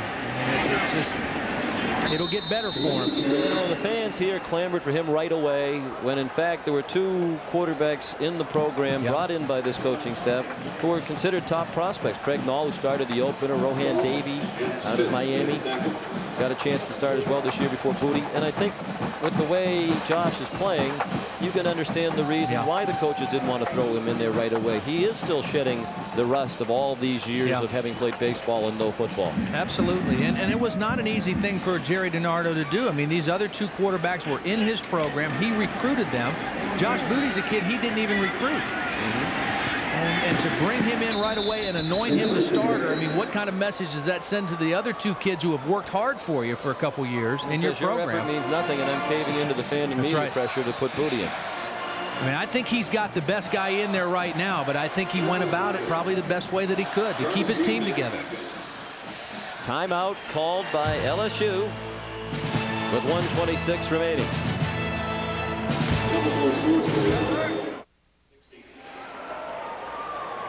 LSU really up against it now, down by 14 with 1:26 remaining and no timeouts for the Tigers. Sunday on CBS, 1,000 tons of runaway steel and only one man can stop the train. Robert Urich stars in the CBS Sunday night movie Final Run tomorrow on CBS. On third down, inside handoff appeared to yield the first down. Robert Gillespie straight ahead, tackled by Brady James. They fake the end around to John Capel, and that should do it. Well, at halftime, you heard Tim Brando talk about the pressure now on Jerry DiNardo. More and more, he is the object of criticism in this part of the country. And he talked about how it doesn't get much easier, and Tim's right on in terms of the upcoming schedule. At Kentucky, at Mississippi State. The immediate future for LSU. Darrell Jackson, incomplete. No. All Steve had to do was take a knee, and looked like he said to Doug, "Don't do that," almost as if he didn't. But he calls the plays, and I guess he checked. Maybe Doug checked to that play. Yeah, I think Doug might have checked to that. Yeah, I don't think Steve wanted that, but that does rub people the wrong way here. We can tell you, by the way, that our game next Saturday has been determined already. You won't have to wait till Monday. We'll have Alabama and Ole Miss from Oxford next Saturday, 3:30 Eastern time, following Volkswagen's college football today at 3 o'clock. But I think it's amazing how quickly the tide turns for coaches. Yeah. You know, Jerry DiNardo came into a program that was way down, 3 winning seasons in a row, 3 bowl game victories. There's Gillespie scoring the touchdown. And a late flag thrown. Well, they do score again, but this time on a running play. And Gillespie's having a big day. Well, you don't want to see a team give up. I mean, Florida, they probably shouldn't have thrown that last one, but when you run the football, LSU's got to still play defense no matter what the score, how much time's left. Poor job of tackling by the LSU defense, and give Gillespie. He's had his moments today, good and bad. That one a good one to end on. Good memory for next week. And the penalty apparently was for that bump that Gillespie took from LeBlanc. So they moved the extra point about a yard closer on the half the distance to the goal. That'll be a little shorter extra point for Jeff Chandler. And it's good. It's good. 31-10 Florida. A sad day for the locals in Baton Rouge. Well, we're talking about Jerry DiNardo. He comes in, has 3 terrific seasons. Some say it turned around right after that defeat of Florida. That victory here 2 years ago made DiNardo's record LSU 22-7-1. They're about to go to 10-12 since then with this loss. He points to the Georgia game last year when they were 3-0, ranked 6th in the nation. They lost a very close game, and that is really when the losses piled up virtually one after another, particularly in the conference. Banks runs the squib kick from Chandler back to the 44-yard line. But after 3 great years, 2 maybe bad years and out. Is that the way it works? I'll tell you, if you ever wondered, and you hear the expression that coaching is and playing is a "what have you done for me lately" business. I mean, this is the picture perfect example of that with Jerry DiNardo right now.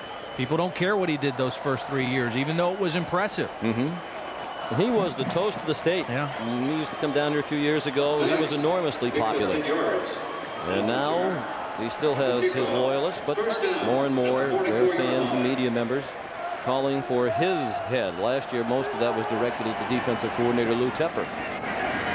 More into the prevent defense. Hail Mary formation. Booty throws to receiver who cuts off underneath at Dangerfield. Went out of bounds at the 42-yard line, a gain of 15. I think with the injuries right now, with the quarterback position still in a state of flux, it's going to be Booty. He's made that commitment now, but obviously he's still learning. It is going to be tough the rest of this year too, it appears, for LSU.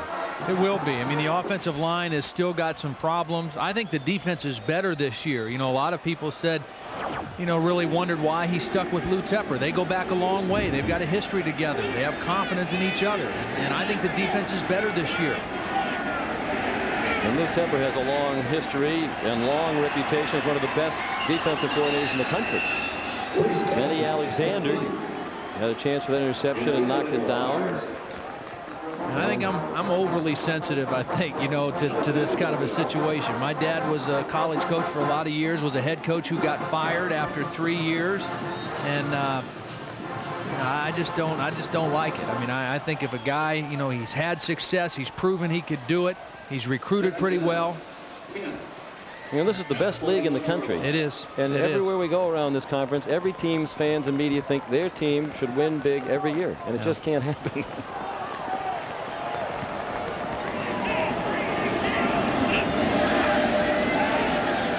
Juggled by Booty, then the ball slipped out of his hands. And Josh got it back at the 50-yard line, but that might be the last play of the game. You wonder if they'll be able to get another one off.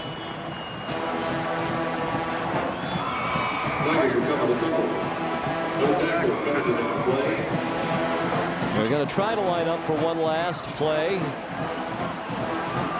but the game clock has run out.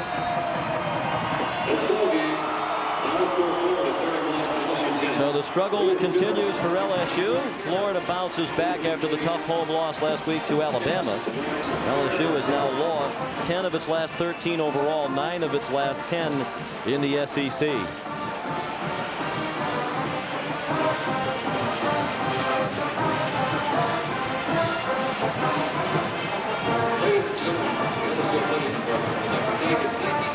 And Florida retains control of its own destiny in the SEC. Georgia does not have a loss in the East Division. The Bulldogs play tonight at Tennessee. And of course, Florida will also have an opportunity head-to-head against the Bulldogs in Jacksonville. Here's Michelle with Steve Spurrier. All right, Sean, thanks. Well, back in the winning column, you got your 10th rushing touchdown. You only had 9 all year last year, but those turnovers, I know, continue to plague you. Well, Michelle, we fumbled a bunch, and we had some stupid penalties. This may be the most undisciplined team I've ever had at Florida, and we're going to try to straighten that out. If we do, we got a chance to be pretty good this year. Steve, what are you doing the next week to try to straighten that out? Or well, we may get off the bus and start running when we get home, do something, I don't know. But we've got a lot of good players that are undisciplined. And my quarterback's one of them. He got the last penalty down here. Are you happier with the defensive performance this week? The defense was ready to play. We played like we're capable, so I think our defense is going to play like this the rest of the year. Coach, thank you. All right, thank you, Sean. Back up to you. Well, it's a victory, but you could still see the anger In the face and in the voice, you could hear it. Steve Spurrier.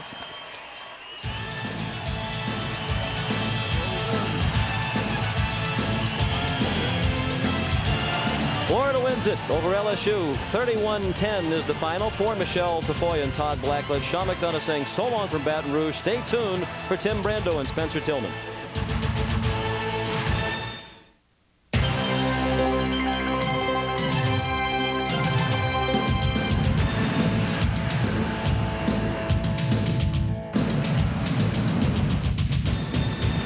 Everyone, I'm Tim Brando, welcoming you to our CBS studios in New York. Our College Football Today post-game show is underway. The Florida Gators beat LSU 31-10. Spurrier sounding almost like he did last year against Alabama. We're not very good. We don't play like champions. We're very undisciplined. This guy isn't undisciplined. Spencer Tillman all over the case today. You say that what you witnessed out of LSU's Josh Booty may be an omen. Yeah, he came with a lot of advanced building, but today he showed me some, irrespective of the sloppy condition, the turnovers that happened today, the interceptions that he threw, he showed me some savvy. One time he thought he was hit late. He stood up for himself, got in a big guy's face. It was about 45 pounds heavier than him. I never saw his offensive line step up. Tim, this guy showed me some tenacity today. Well, if you're DiNardo, what do you do offensively now for him? Well, if you're offensive, you just let him go. Let this guy go out and make plays for you. You know your running game is not doing anything. Let him be the player that you thought he was when you recruited the guy. All right, Florida wins the game, so Southeastern Conference standings look this way. The Gators, remember, they control their destiny if they wind up tied with Tennessee, which, of course, is conventional wisdom. Georgia plays Tennessee tonight.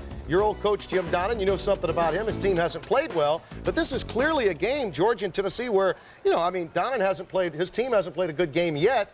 And tonight, they get a big one. Yeah, we talked about this earlier. Jim Donnan is sitting in the catbird seat right now. He is the only defeated team there with Tennessee and Florida with losses. Jim Donnan's destiny is on his hand. The only thing he has to do is take advantage of it.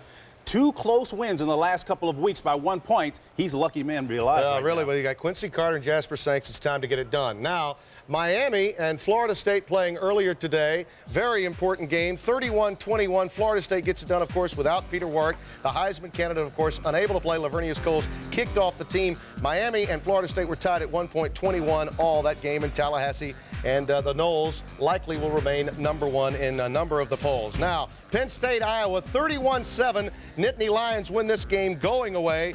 And Iowa completed its first touchdown pass since October of '98. So there is some good news for the Hawkeyes. Michigan State, 34-31. Plaxico Burress really getting it done. Nick Saban, whose name pops up for just about every coaching opportunity that comes up.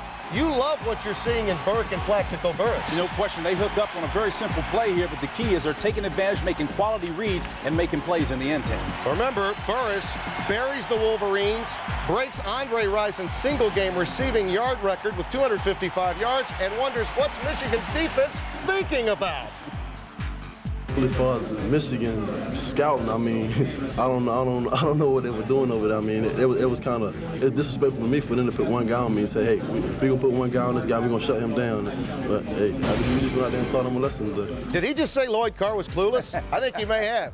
First time they've been 6-0 since Duffy Hardy was coaching and Eric Parsegan went for the tie in '66. You remember that.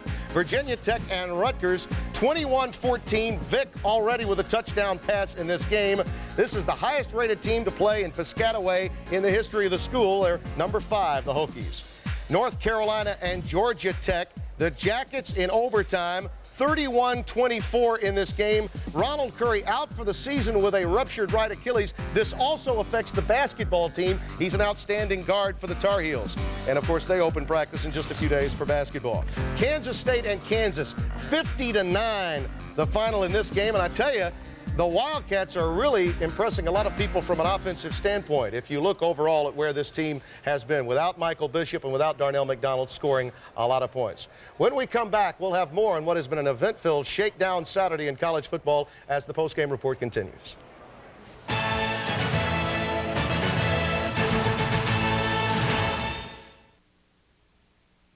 Tonight on CBS, America's Night of Heroes is all new, beginning with early edition at 8 o'clock Eastern and Pacific. Then Sammo Hung and Arsenio Hall try to trap an international assassin on martial law, followed by Walker. Texas Ranger. It's all new, and it's all tonight on CBS. Continuing with the scoreboard, the Aggies of Texas A&M and the Baylor Bears. Remember, Aggies coming off that defeat to Texas Tech last week. Randy McCown, 3 touchdown passes en route to that win over Baylor.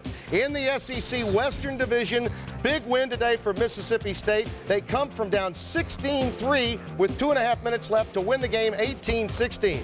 Now, in the Western standings, remember, Mississippi State, yeah, there you are. Mississippi State is in the driver's seat. They are 3-0, and they don't have to play Georgia, Florida, or Tennessee. That's not true for Alabama. You know, every game now Alabama plays, by virtue of that win over Florida, much, much larger. Yeah, the key is Alabama's playing with a tremendous amount of confidence right now. That win they had last week puts them at a different level right now. Maybe have a tough schedule, Timmy, but the key is when you play those tough games, you know what happens? Your team plays with confidence down the stretch, and you can't be left but with a sense of confidence. Well, remember, Tennessee, then they got Auburn in the Iron Bowl, and then maybe an SEC championship game if they can get some help with Mississippi State losing a game down the line. Purdue and Ohio State. When you start talking about big games in the Big Ten, obviously the Buckeyes looking for some help. Drew Brees is up to 199 yards in the air. Michael Wiley, a touchdown pass. Brees, a touchdown reception. A little bit of a role reversal for those two players today. Southern Mississippi, well, it appears as if the fly in the ointment for the BCS has gone bye-bye. This would be Southern Miss's 10th win in 11 tries in the history of this series against East Carolina, as they are leading big, that game being played in Greenville, North Carolina. Back to the Big Ten, where the Badgers have to go to overtime with Barry Alvarez of the Mayo Clinic coaching from a telephone, and he got it done against the Golden Gophers today. Standings in the Big Ten look this way. Michigan State, I tell you, for the first time since '66, as we mentioned, 6-0. They're the quietest 6-0 in the history of the Big Ten.